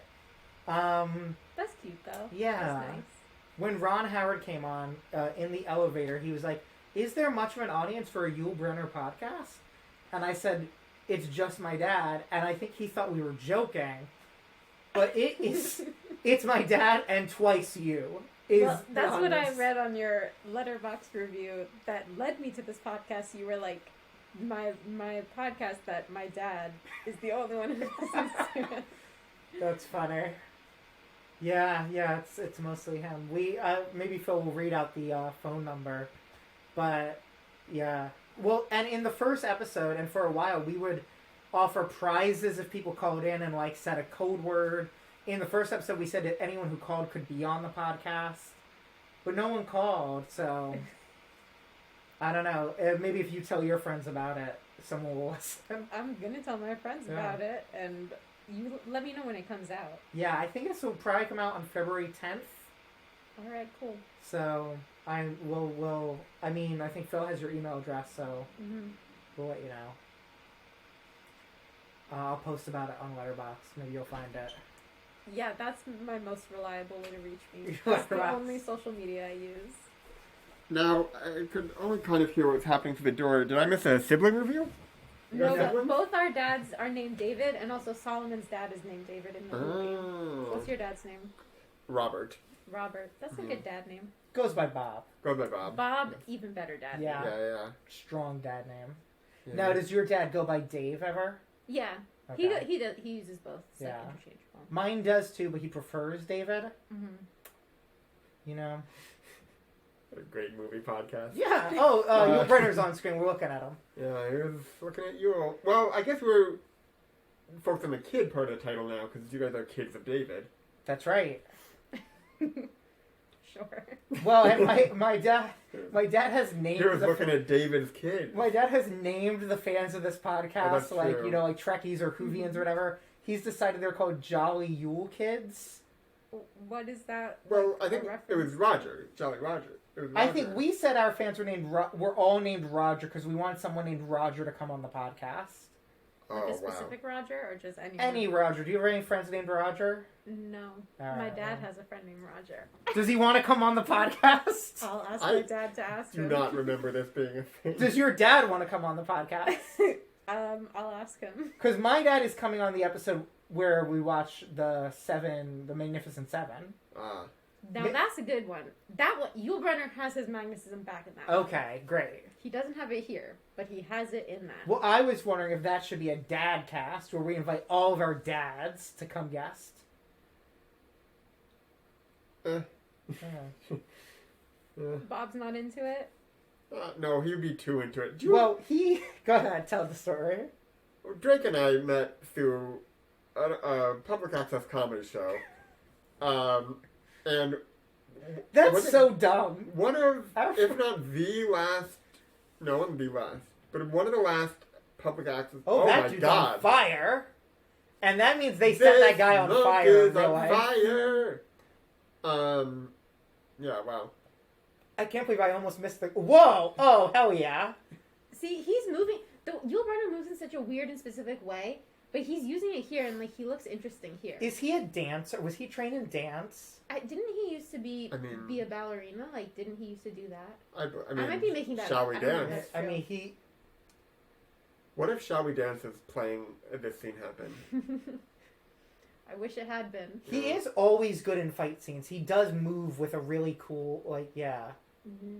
Well, that's why he's interesting to look at, usually. Well, fight scenes also used to be filmed better because they wouldn't be able to edit All it the so cuts, much. yeah. Mm-hmm. So they actually had to learn the choreography. Yeah. Was that actually all one take that we just watched of him I think trying they- to get the knife? I think they Mm, shifted yeah, after there was the fire guy. But Yeah, the yes, fire guy. That the was knife I its think own was all thing. one shot. Yeah, him like kicking the Yep. chaise. See, like that's cool. You wouldn't have a shot that long in a fight scene. in a No. Marvel Yeah. movie. You were telling the story about your dad. Oh yeah, so on one of the last episodes of the public access version of the show, it was a call in, and it was like let's talk, it was like meet the parents, and it was Your dad caught into that? you don't remember this? It was No. the last thing said in the show was I'm Philip's father, and Did he say Phil's father or did he say long tongue Phil's father? I think I don't. Phil has the longest tongue in America. That's true. They're the Approved twins. by Ripley's Believe It or Not. Yeah, yeah. Wow. As of 10 years ago this year, which I don't, to Recertify? my knowledge, it hasn't been usurped. I'm sure there is someone with a longer tongue, but Yeah, you know, they just don't know how to tell Yeah. people. How did you find that out? I saw a record for the longest tongue in America, and I thought my tongue was longer, and it was. And you like wrote into them? Yep. So it's in the book. Wow. Did they send someone to you to like measure your tongue? No, they didn't. I had to like send them videos of me measuring it and stuff that previously mentioned friend Chris took in our college living quarter that we lived in together. And yeah, if it had been a Guinness World Record, they would have like sent someone. Mm-hmm. Like it would have been more official, I think. But they just had to send like a bunch of different angles and stuff. So he called into the Chris Gethard show. I And- don't know why we weren't naming it. It's the Chris Oh Gethard yeah, show. Who cares? copyright. And said, "I'm Phil's dad." Yeah, and there was like 30 seconds left in the show, and Chris said something like, your son has such a long tongue. What do you want to say about it? And he went like, I'm tongue-tied. Oh no! And got a huge applause and it was annoying. I wasn't at that taping. Yeah, it was the end of the episode. And it was like the second or third to last episode of the entire public access run. That's Well, a fun so- story. That's cute. Phil's- Cute that he called in. Phil's dad also constantly posts on Reddit about Phil. So Phil is I mean, not in a while. not in a while, but Phil is part of a meme. Which, Go ahead. well, no, you say Well, it first. He took a photo with Daniel Radcliffe, and a lot of people think Phil looks like Harry Potter. Random people Especially come when up they on the wear street black glasses. and say, "Hey, Harry Potter." Once when we were in LA, and some kid walked up to us and was like, "I knew I was going to see Harry Potter today." God, yeah, that was, what an interaction that was. But so Phil took a picture with Daniel Radcliffe at a stage door for some show, and his dad posted it on Reddit with the caption, "My son looks more like Harry Potter than Harry Potter." And that became like a meme. Now, first of all, I just want to say, J.K. Rowling can go fuck herself. Trans lives matter. Mm-hmm. She's a piece of shit. But Daniel Radcliffe is Yeah. by all measures, seems like a decent guy. Yeah. But you look more like Harry Potter than he does, apparently. Apparently, and this has been shared millions of times, including my two favorites being, it was a very, very short article in Teen Vogue, and also it was shared by T-Pain, which, T-Pain, I emailed your manager about a show, get back to me. Have you heard T-Pain's new covers album, or seen his live? It's legitimately clip. great. Yeah, I want to watch it. He is a great singer. Come on the pod. Yeah. Well, Well, this is a thing. In our season 1 finale, Phil said that this season, season 2, we would have an no. Emmy winner, a Grammy winner, and a Tony winner on, since we had an Oscar winner last season. Yeah, you got an EGOT for the show. We got an EGOT for the show. yeah. So either Well, you yeah, need to Grammy. find 3 people. Oh, yes. Okay. I mean, Emmys are given out with candy these days. I know. Great job, Maddie. We know there's a lot of Emmys. Okay. Great. Great. Carl, I'm just saying, you've got like 7 movies to find people for. Do we have a set limit of what a season is? Yeah, we're going to do as many movies each season, I've decided. Oh, okay. I thought it could just be whatever we wanted. But we could split up movies between episodes. That's true. We could do 10 episodes on Taurus Bulba. Yeah, well, we'll have Ron back for that one. Yeah, I'm sure he wants to come back. This looks like one of those marathon jackets. That she's Le- wearing? Less so from the front, but yeah. This is all like...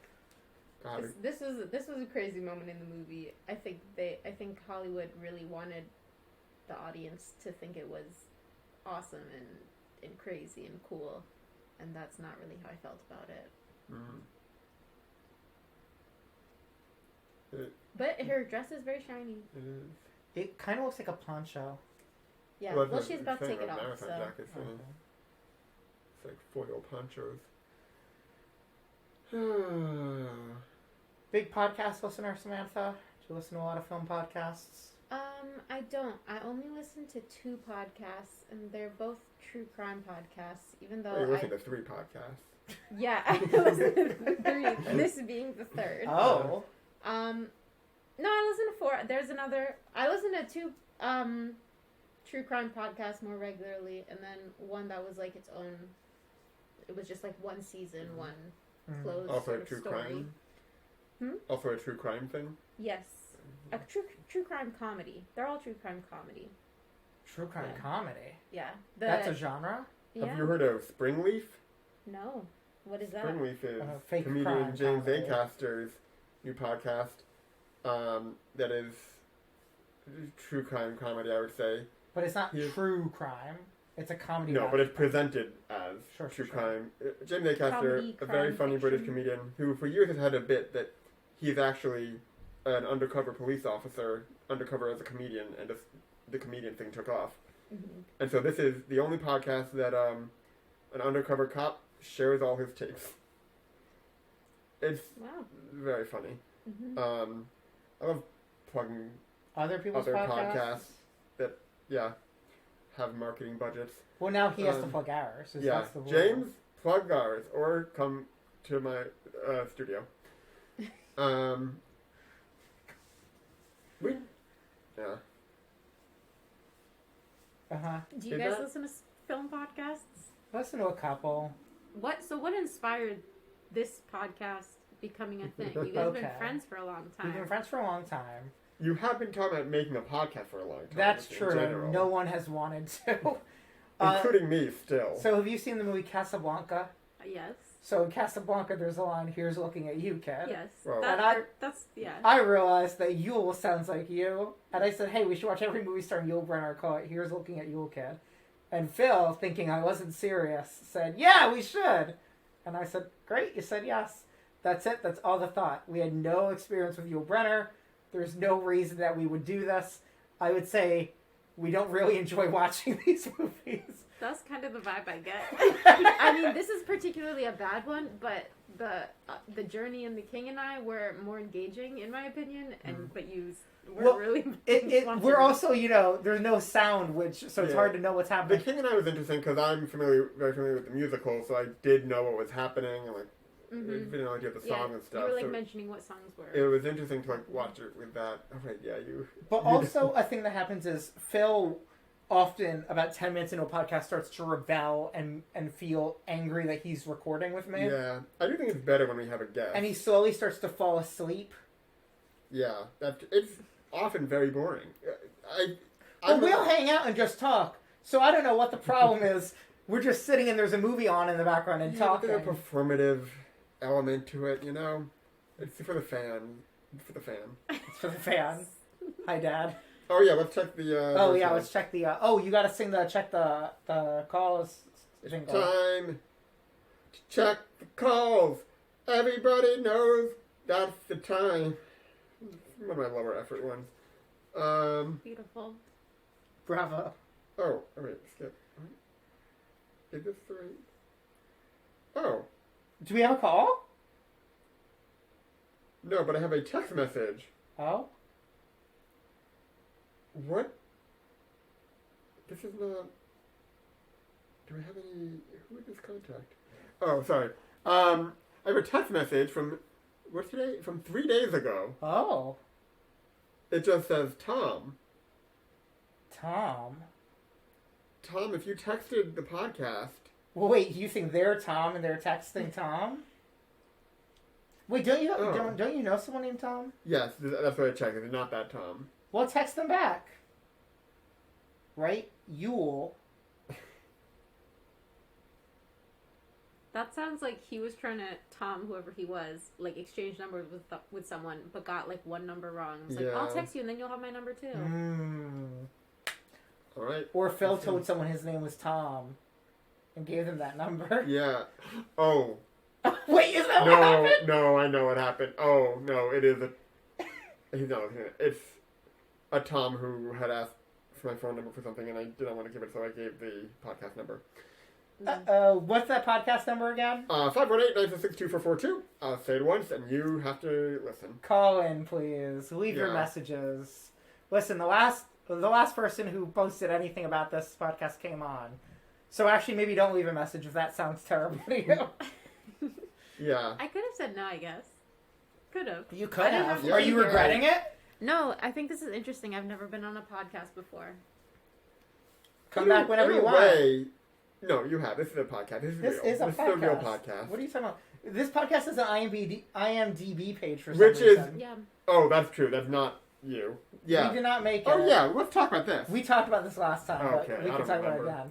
Yeah, so that's an ongoing... Well, actually, yeah, talk about this. Whoever made our IMDb page, why has it not been updated? Do you Right. think is Ron Howard's episode on there? Yes. I feel like it was Ron Howard's assistant making sure that all of his things are in order. I feel And like they were Ron like, Howard's he went assistant on would a- try to hide that he was on the show, though.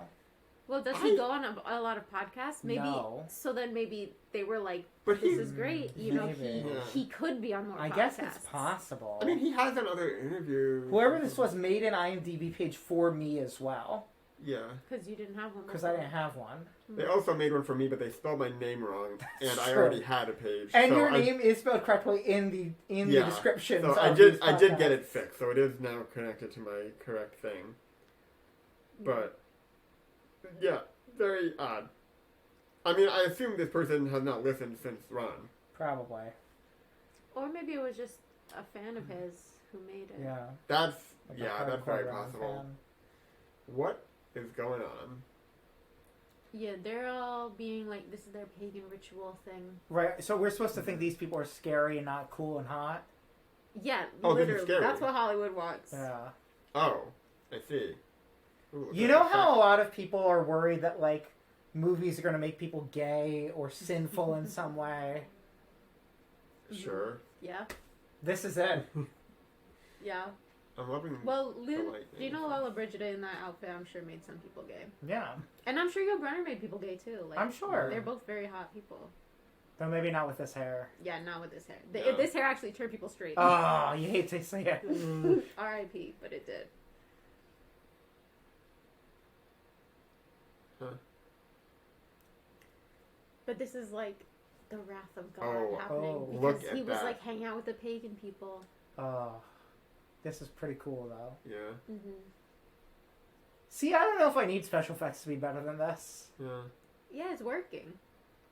And also, they're selling it. They're It's kind of selling remind it. me. You ever see the Pink Panther films? I've seen the When cartoons. I was really little. I remember. I think. I always watched them like as a kid, and I remember. I think the first one I watched was the Pink Panther Strikes Back. It's like the third or fourth movie. But I do, for some reason, I have a vivid memory that in that movie, they like melt down the UN building with a destroying ray of some sort, and it's a similar level. I mean, that was decades later, but it was a similar level effect of like a clearly animated beam and this like. But for some reason, that shot has stuck with me of like, oh, that's a cool thing, and I still think of that almost every time I pass the UN building. Like Isn't that their fun? model being melted. Huh? Like whatever model they Yeah. filmed Well, I that think filmed. it might not even been a model as much as like a photo that they just like put a photo of sky over. Like it was a very thing, like a good no, impact. because he was sinful, the girl died. Yeah, the ingenue one. The one that we're supposed to like. This is why men should be good, because if they're not, God will punish them by killing their women.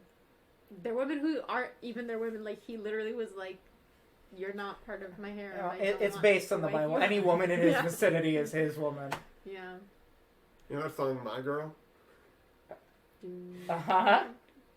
It's about It's Bible. about Solomon? It's about Solomon, yeah. Yeah. He does a good little anguished face. His little Yeah. eyebrows. And now is this going to convince him that he shouldn't be a pagan, or is it going to convince him to topple and kill God and overthrow him?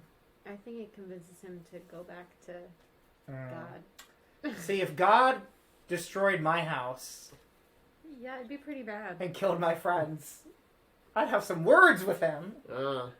Hey, God called into this podcast once. Didn't he? That sounds right. I think he did. Yeah. I don't remember why. Yeah. That wasn't in the King and I episode, huh? No, it wasn't. We had stuff That's to talk news. about. It's in the probably the King Ten and I. Commandments. Oh, I mean, yeah, another movie he starred in. Right. God, come on the pod. God Pod 2024. How much longer is there in this movie? This has got to be. I feel It's like got to there's be a almost lot. over, right? Like, think that it's- wasn't even the climax of Because it. based on the time on this recording, I think it's like a half hour left. Oh my God! Oh my- It's almost an Yeah. hour. Oh my Yeah, god. way too long. Way Should we too like order long. food? During the podcast, Oh, why not? people have complained that I eat on this podcast. Oh. Oh, yeah. My dad. Yeah. Oh yeah, no messages. No messages. Yeah, he hasn't listened in a while. Yeah. And you said he did not listen to Ron? I don't think he listened to the Ron episode. Yes. Oh right, yeah, mainstream. That's great. Yeah. Now you listened to the Ron episode, including after Ron left the whole episode. Yeah. Well, I watched the part with Ron. Okay. And then after that, I just put my phone down and listened. Also, just to be clear, if you want to leave at any point, you're welcome to. You don't need to. I was considering it, but then you brought up food, and then I thought, oh, maybe I'll stay and see what happens. Oh. Well, I mean, if you guys are hungry, we can order something. I ate when I got here, but Kind of. up to you. Yeah. Well, Looks there's like also we're- nothing saying that we could pause this recording and just hang out like human beings if you wanted to. That's true. Or we could pause this recording and go to sleep. You go to sleep while we're recording sometimes. That's true. And now I'm so close to my bed. Yeah, you're not allowed in the bed though. That's true. Ever. You know what? No, we're this episode's about to get good. You want to know why? Yeah. Because Phil's going to sing another song, and that's going to lead us into the end game of the podcast. When has me singing the song made it good? Every time. Go. A half hour left of this movie, and we know what you want to see. It's time for the end game of the episode. Whoa, whoa, whoa! We've got so much time, and I need to make another rhyme. And now, I hate that we've gone on this road. Whoa, whoa, whoa! So now it's the part where the podcast ends, and we have twists and turns, and we all the road bends, and oh, Drake's gonna tell us what to do, and it's gonna be great. All you. I don't know. Oh my God. That was great. Thank you. On the spot. Yeah. I have a question. Yeah. In the journey, one of you guys was doing a voice of a character. I'm not asking you to do it again now, but just which one of you was that? Well, we both did characters in that one. I think he was Jeeves, Yul's personal butler. Okay, yeah. So that might have been him. I mean, Do you remember anything about the voice? The Orphan of the Rocks? It was given like a goblin. It was giving Okay, gremlin. were they maybe Googling stuff? Maybe. Was it? You don't need to do the voice now, though. You Well- don't need to do the voice now. But was Whoever that it is. you, Drake? Did it sound like this? It did. Yeah, that was it. Yeah, Wow, look at that's that. our friend Googly the Googler. He Googles stuff for us. It was really jarring to hear. Yeah. I mean, it's gonna be again if you see the sound wave on this recording. Yeah, he's our little friend who Googles stuff. Oh, and that's who you got in a fight with? Yeah, he didn't That's- two other fictional characters Well- that appear on this podcast. The Orphan of the Rocks. I don't remember his whole deal.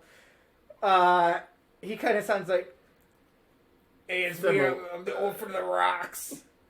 And Jeeves, which was Phil doing a bad British accent. You want to give us a bit of that? No. Nope, they think so. They got married on the season finale, and Googly was in love with one of them, but we don't know who.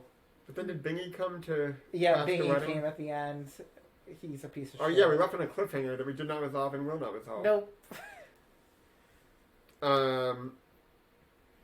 Yeah, but it's I feel like I'm looking up Yul Brynner's filmography in order just to see what's up next for you guys. Sure, and you can pick which episode you want to come back on, because I'm sure you really want to. Your next one is him and Kay Kendall, who I've only seen in one movie, but who I really liked. That name rings a bell to me. ring a bell, but I like She's it. in Once More with Feeling with Yul. That's So the that's next what we're movie? watching next. That's next, yeah. Hmm. And she was married to Rex Harrison, Oh. who knows what he did. What do you do? I just think he was a bad person. Like, I just don't like him. Oh. But it is based on actions or just Well, a feeling? I think this is, I'm not an expert, but I think Kay Kendall died of like some really serious health thing, like maybe she had cancer or something, but they were married and he did not tell her because it was way back then, I've and heard of doctors this. could do Yes, that. because they would tell like the husband, right? Yeah, and he was like, "Don't tell her," and so she just thought she had like anemia or something or some blood deficiency, and she died of it not knowing, and he didn't tell her, and I think that's horrible. Like, Yeah. and Rex Harrison, I just think that just makes me think he's All right. an evil person. Rex Yeah. Harrison, Personally. you're canceled. Yeah, cancel Canceled him. by God too, I would imagine. He's dead, right? Yeah. Yeah, he's gotta be. Yeah, sounds like a piece of shit. Yeah. So that's. Anyways, he's not in the next movie. Great. Yeah. Yeah, I assume. I bet he and Yul went for the same role sometimes.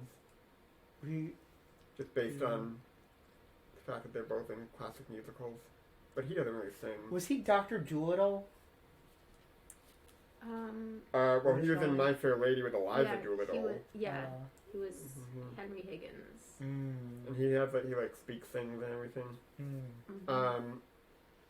Now, so this next movie is Once More with Feeling. Should we get someone who is on the Buffy the Vampire Slayer episode Once More with Feeling to be on that?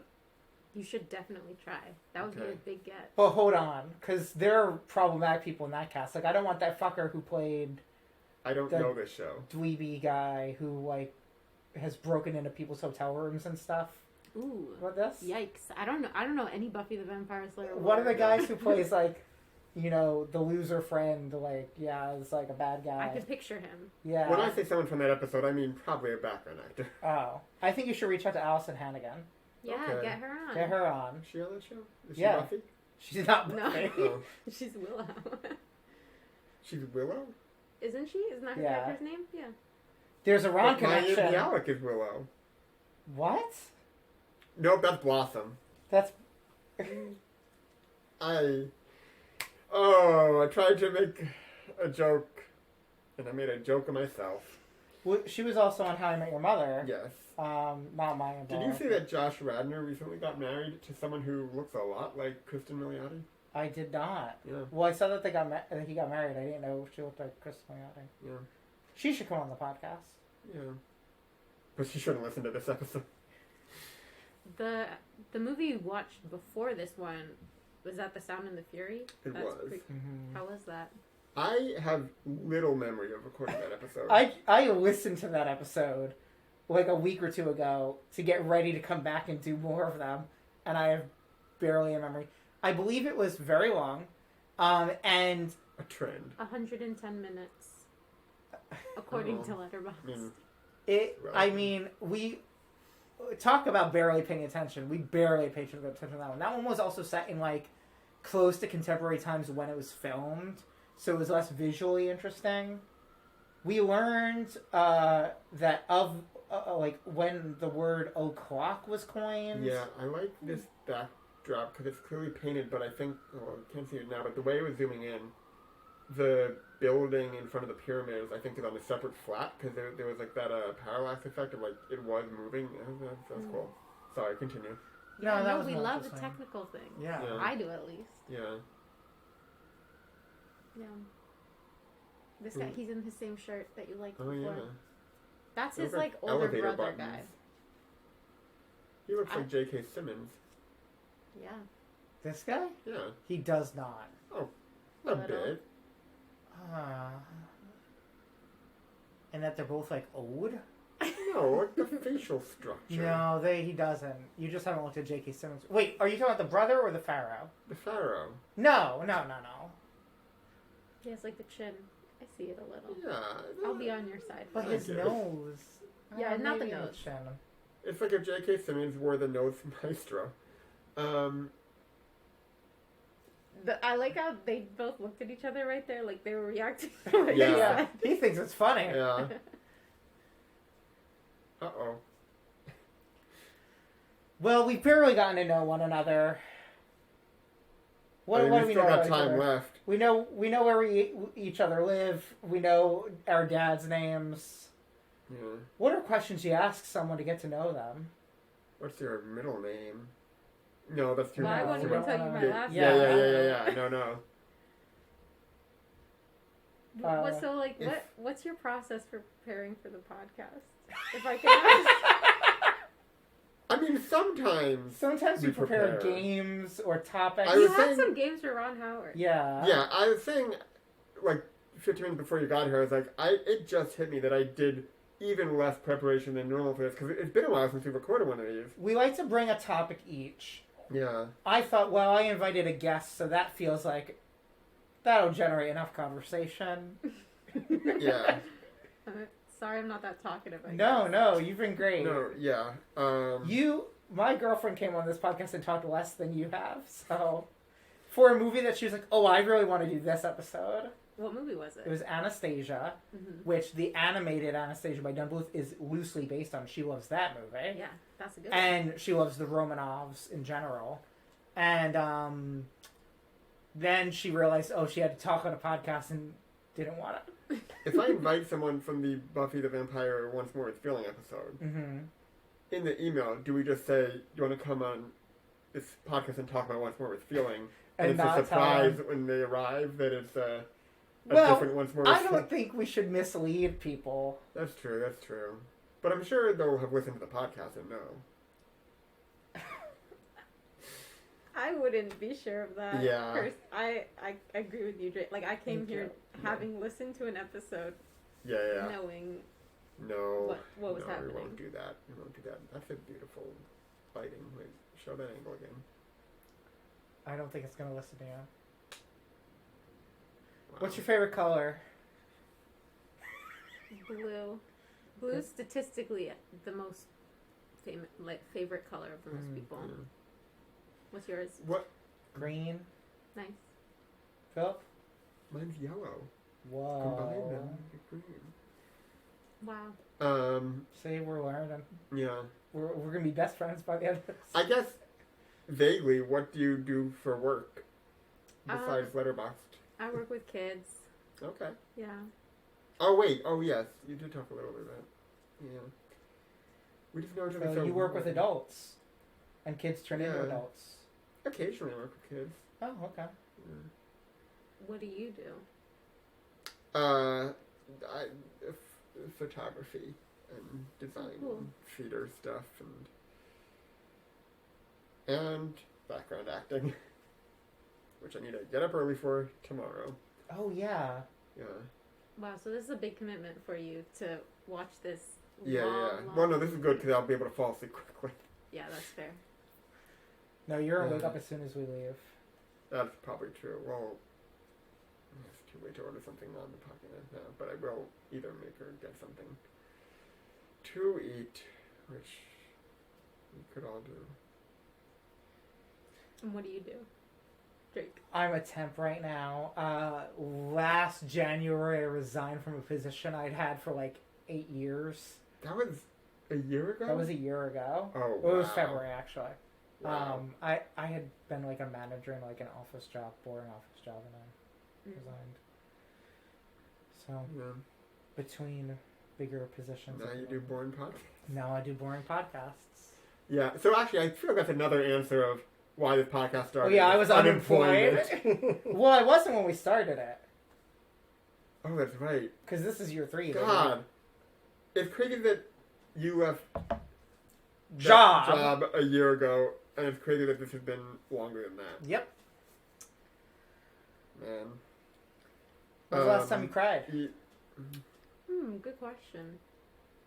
Maybe about a week ago. So I'm also, I have my job with kids, but it's like a part-time job.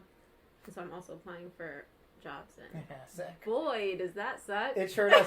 Wait, do you find that like half the jobs you apply to turn out to be scams? Because that's what I've found. Oh, I haven't found that. Do you know about the time I applied for a thing and got like a Google Hangout interview and it was clearly suspicious? Yeah. And the email address, it was a Gmail email address, but like someone who I looked up and was from this company, so I contacted her actual email and it was like, oh, thank you for alerting me, like this is not real. I got an offer for like some sort of front desk job somewhere.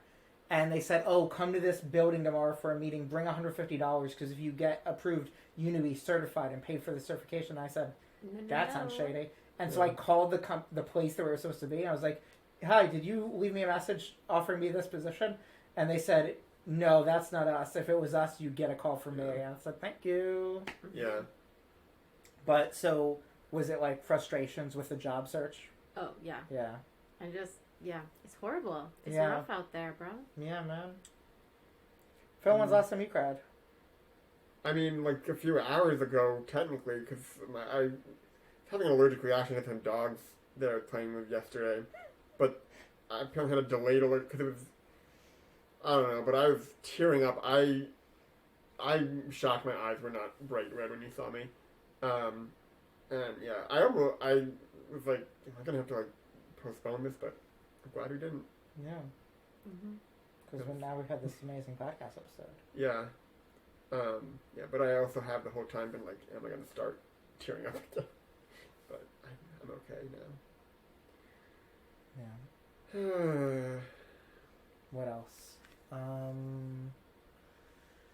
This is also a weird thing, is it's been so long since I've met somebody new, because I don't go out much recently.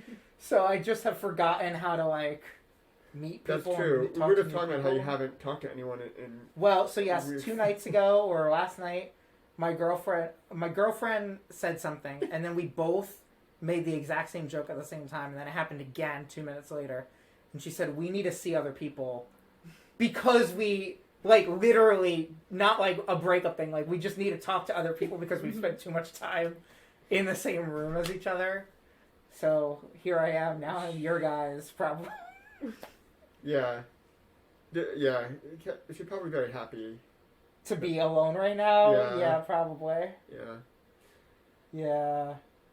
Do you think She this movie had the record for most stars of David?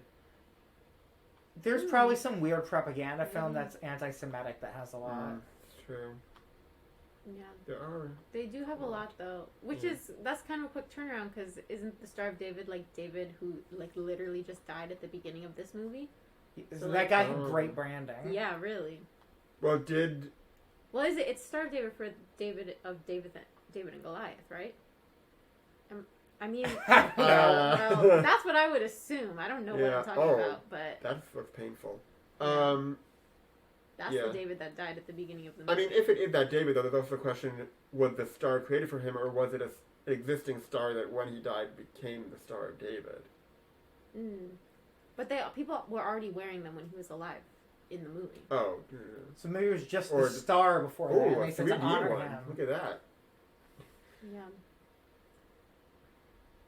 I mean, I can kind of see, like sometimes I'll watch a really boring movie from the 50s or 40s or whatever, and it's like, it's very boring to me, but then there's like, this must have been crazy to people, maybe. I mean... People probably got really hurt filming this. Yes, for sure. Wasn't there, I don't know if it was John Wayne or if it was some other cowboy guy, but someone, like, asked him why he wanted to be a star, and he was like, because the stars don't get shot, because they sometimes would have real bullets, and the extras would get shot, and they would, like, fully die of bullet wounds and whatever. Well, and people die from being shot with blanks now, too. I know, yeah. But... That's a cool shot. Yeah, see, like, some of these are good. Some of these are interesting.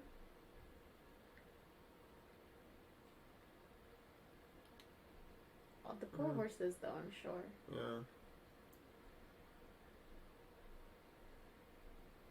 Oh, good light there. No, see, at a certain point, it becomes less... It just becomes an endurance exercise. It's hard to talk consistently for 2.5 hours about a movie thing you we don't know very know little about. about. Also, Or that you know about but don't really find interesting. Yeah. I didn't find it interesting. Yeah, so this is... You've watched this now twice in a day. Today. Yeah, that's... Is this your least favorite movie that you've watched twice in the same day? Yes. Yes, it is. Because I don't think I've ever rewatched a movie I disliked immediately after. Now, at what point, when you were watching it originally, did you know, like, oh, this is not... Like, probably pretty early on. Okay, but you still decided to stick with it, yeah, even knowing you would come and sing it again. I felt like I should. Well, I felt, first of all, I didn't like it from the beginning, and I was like, what's happening here? I don't care about these men. And then I was like, maybe I'll care when Gina Lollobrigida comes on. Sure. And then I didn't really. And so then I was like, okay, but maybe it'll get more interesting as it goes on. And then it still didn't. And then I was like, it was like 40 minutes in, and I was like, I either will stop now, or I'll like actually finish it and like do my homework. The bare minimum for coming on this podcast. Oh no, that's not the bare minimum. Yeah, have Well, you met I guess the bare the minimum would have host? been to not watch it at all. Yeah. But I felt like it would be nice to watch it, and then maybe if I have anything interesting to say about it, I could say it. But I just don't really find this movie very interesting. And I don't care about them, any of the characters. And Kind of looks like he's dressed up as a fancy condiment bottle. Like mustard. Yeah, like Yeah. a mix of They're ketchup red and and mustard yellow. based on the colors. yeah, this is not even a very beautiful shot. Yeah. Like, No. Now, will you put a second review on Letterboxd for this? yeah, Great. and it's gonna mention your podcast again. Well, I'm gonna have to invite you on again. You have done more publicity for this podcast than anybody else. Yeah, Ron, share the link. Yeah, Ron would not share the podcast. Well, listen, hey, you're welcome back anytime. Thanks. The only other Yul Brynner movie I've seen and liked is The Magnificent Seven. But I like your gimmick of doing the dad's thing, so I don't think my I'll come dad's back for fine. that. Yeah. Well, what we should do is have 7 dads. Oh, we should have 7 dads. You think any podcast has ever had 7? I don't- Sure, the podcasts that are just all dads. Yeah, But but 7? 7? Sevens, I don't.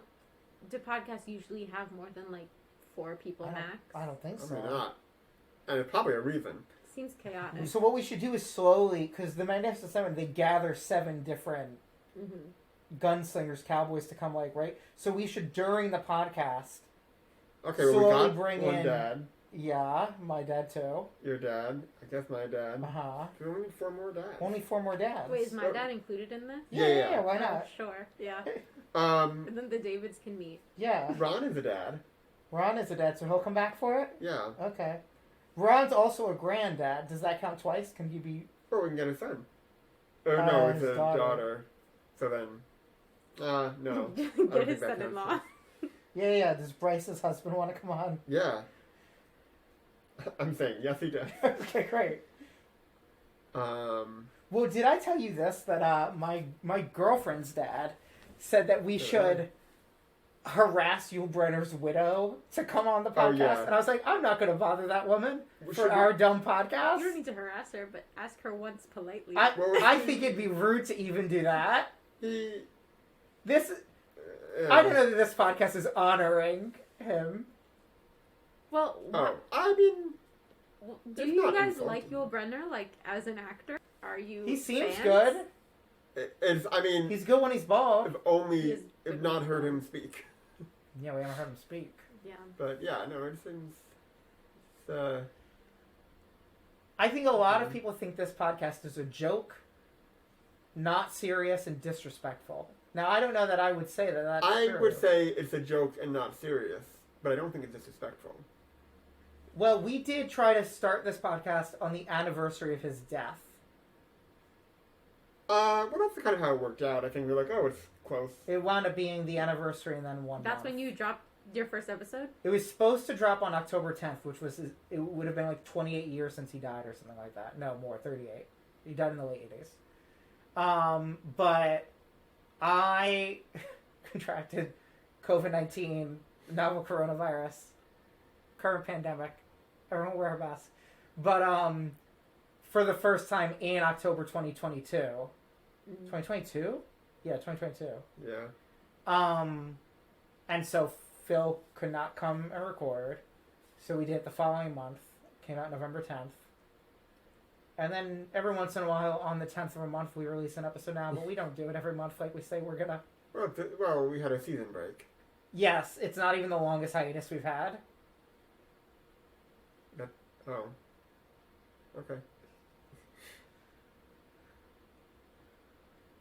That doesn't look like a comfortable pillow. See? God. I think it's his He shield. noticed. Are these people asleep or dead? Oh, okay, asleep. Wherever I fall from Cyrano is playing right now. That's a good movie. Yeah. He's just had his big idea that's gonna save the armies. It almost looks like that's a tablet with 10 Commandments on it. Is that what it looked like in the movie? But made of stone. Less shiny, yeah. Well, how much time is left, Phil? It can't be much. It's like the Oh my it's God. their final battle. But How are there still 20 minutes left? What do we want? Do you have anything to plug? Follow me on Letterboxd. Letterboxd at More More Violence Violence on on TV. I already have. Phil doesn't use I don't have Letterboxd. a Letterboxd. Well, I do have a Letterboxd Well, that for I the have board not game. logged into for 2 years. Do you want to tell people about the board game you made? Yeah, 2 years ago for an Oscars party, I made a board game called Letterboxing, based on my friend's Letterboxd reviews. And we were having this Oscars party in a few weeks, and I kept saying, I'm bringing a game, and everyone said, don't do that. That sounds like bad. And I said, no, it's going to be great. You're going to love it. And I said, it's not going to be good. And then everyone loved it. It was the biggest hit. They all wanted me to do it again the next year. And Letterboxd wrote an interview me about it because of how much everyone loved the game. That sounds great. Tell us about the game. Um, What was the objective? How did it work? It had a real board. It had a board. little cards. It was all designed to look like Letterboxd. Mm-hmm. And there were like cards with the reviews on. There were different categories of things you could do to move forward. It was like There was one where it guess was like who wrote a review. right. Fill in a word in the review. I have some of the cards left somewhere. I have my cards. Yeah. It was like, oh, here's a Letterboxd review. Guess which of us wrote it. Or there'd be like, oh, here's one of this person's reviews. They read it out. Everyone has to guess what movie it was. Oh yeah, I guess. And then there was one where it was like, here are all the tags someone posted this year.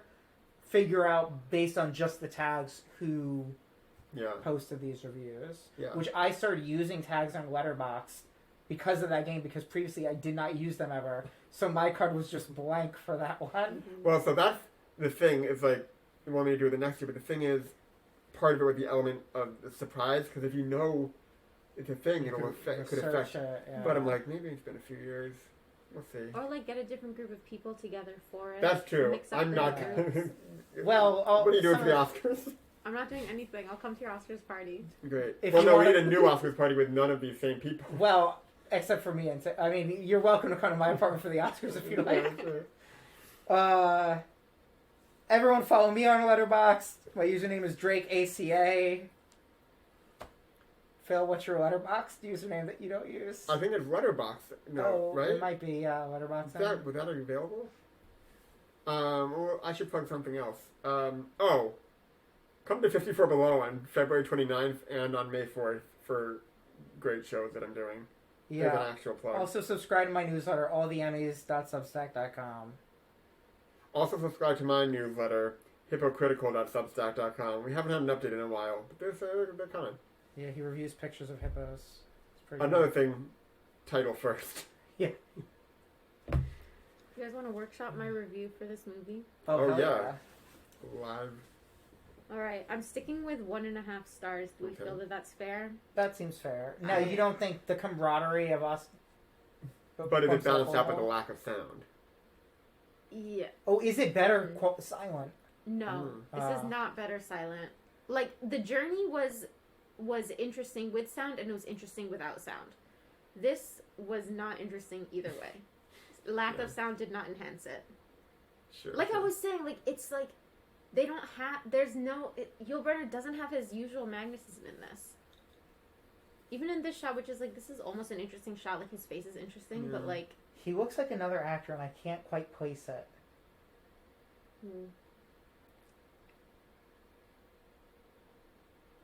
This is actually going to be a cool little visual gag that they're about to do. Well, I don't know if it's about... It'll happen in like a couple minutes, maybe. Alright, so what do you have so far Oh, yeah. for the... I haven't written anything. Oh, okay. I literally Okay. just opened it. It looks like they're like making a shape formation on Westo now. This is like the big finale battle Mm-hmm. between, I guess, like Egypt and Israel. And they're going for it.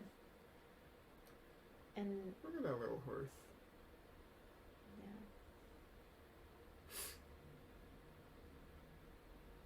I mean, like, this is an I'm pretty sure they went to, like, location in Spain to do this. So that's fun for them. Yeah. And a lot of horses that were mistreated, probably. Yeah. And extras. Mm-hmm. And carriages. Phil, do you sometimes get sad that you never got to work with Yul Brynner? No, it's probably balanced out by not being trampled by a horse or stabbed.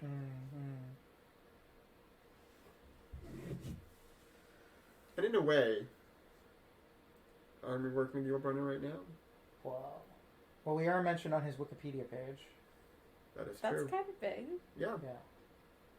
Doesn't matter who added it. However, but also the photo on his Wikipedia page. So, like, this is an interesting shot. They're blinding That's their Ron Howard's, not Yul foes. Brynner's. Oh. Wow. Yul Brynner did not come on this podcast. Not All yet. white bald men are not the same. Yet. Oh, boy. Yeah, that was an interesting shot. Like the...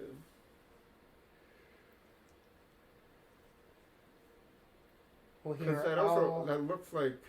I'll like your other review. Like, that's something that these days would definitely be done with, like fake lens flare and stuff, where, like, that could, it's like, they're just reflecting giant thing with the camera, I think. Mm-hmm. Like, the way that light's working. Oh, my. What are you doing?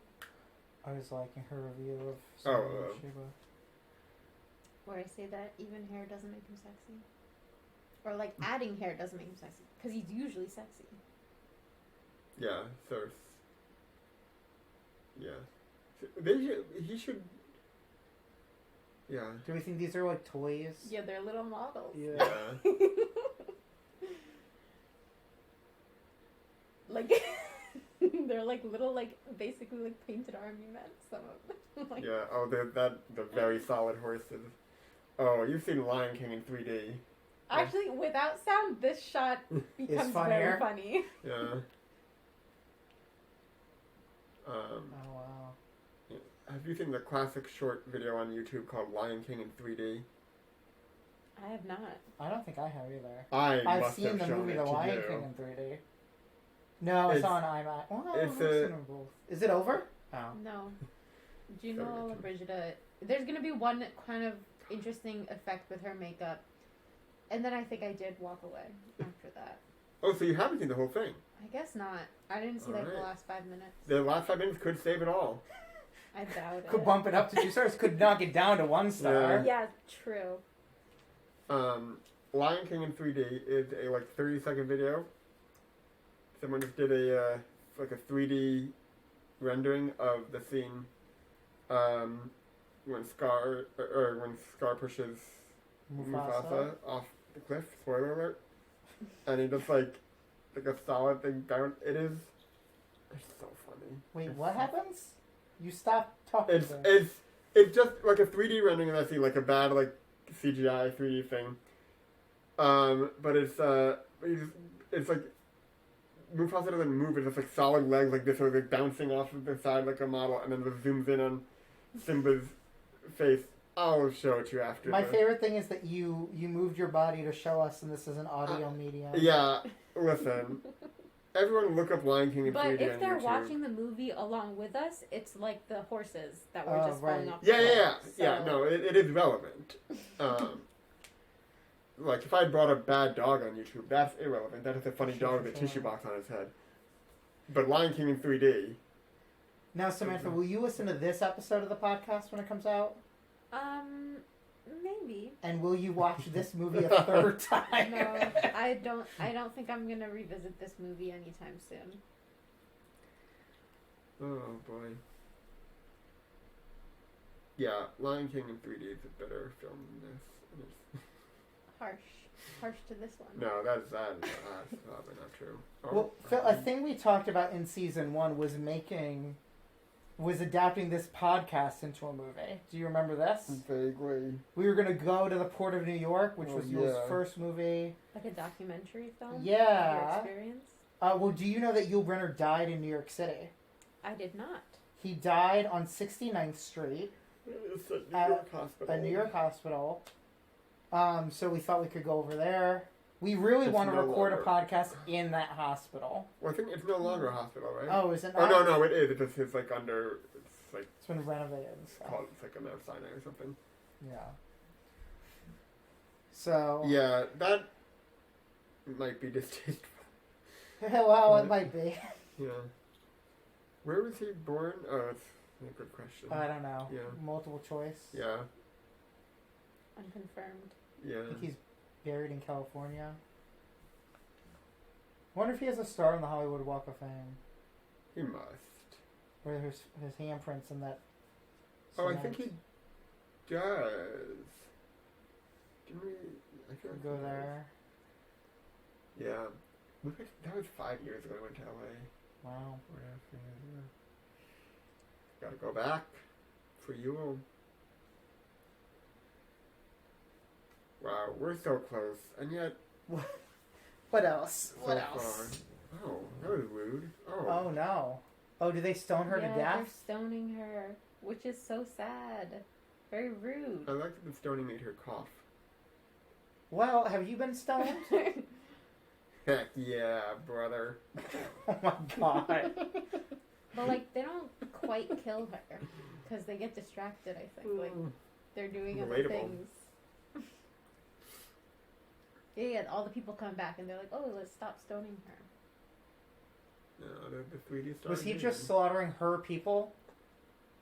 No, I think they were mad at her because they went to battle with other people, and so they're like, and he did that, or like she like betrayed him in battle. This is what I'm saying. This movie did not grab my attention. I wasn't even paying that much attention the first time I watched it.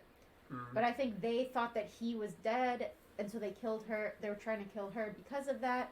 But then he's alive, so they got excited and they stopped.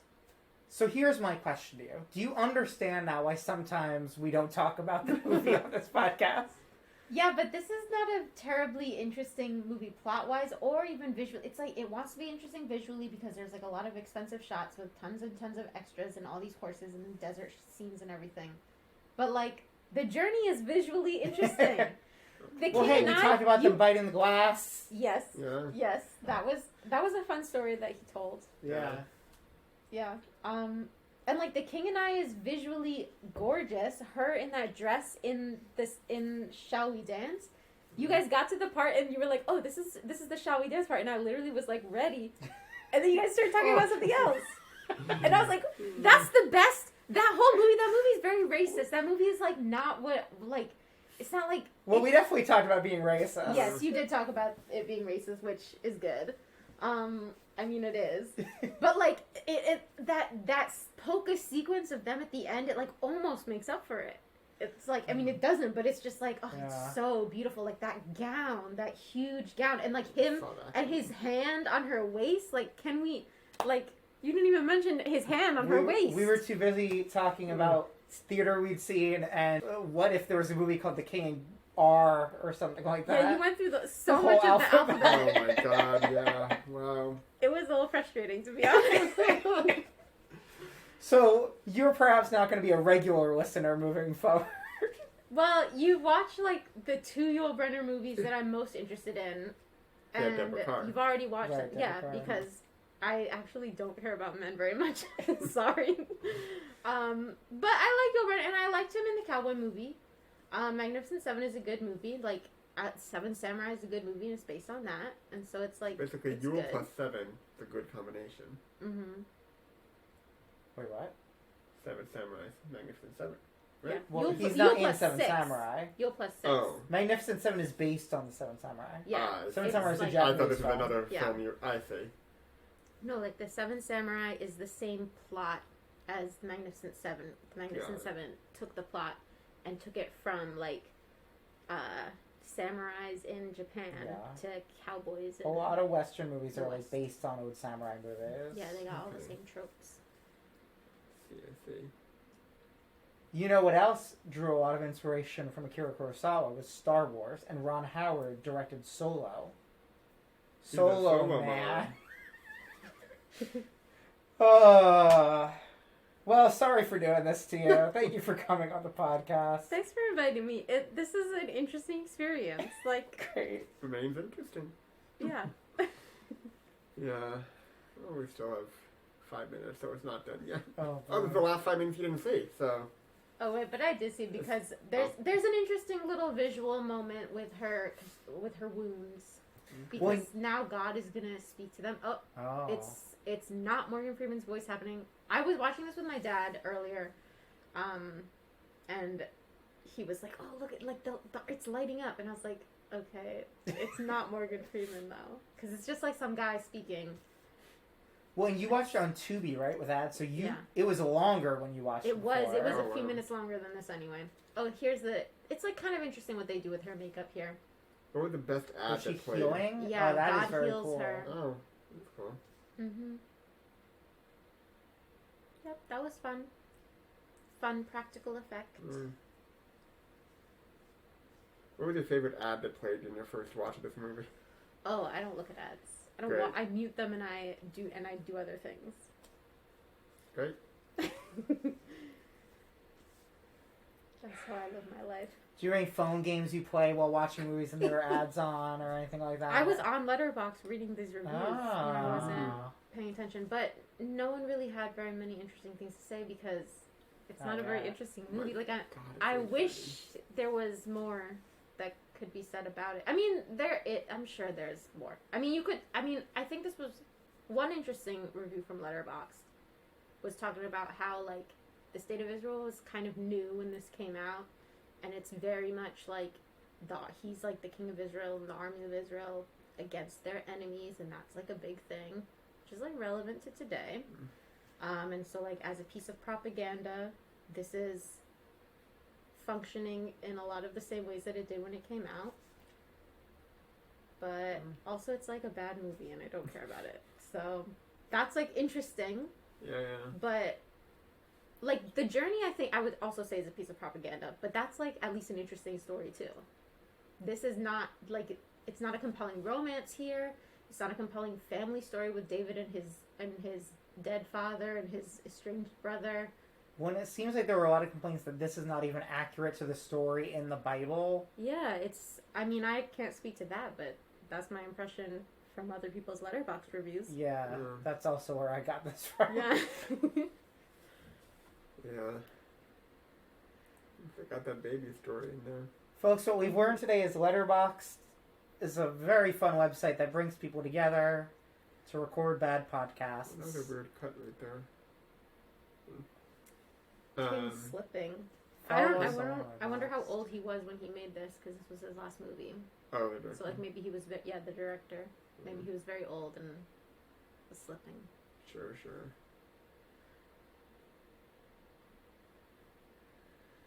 Yeah, this is where I left, because I was like, okay, it's the end. 2 minutes. Well, if you win a Tony, Emmy, or Grammy anytime in the next 2 months, please let us know. That way we can check that off our list. Yeah.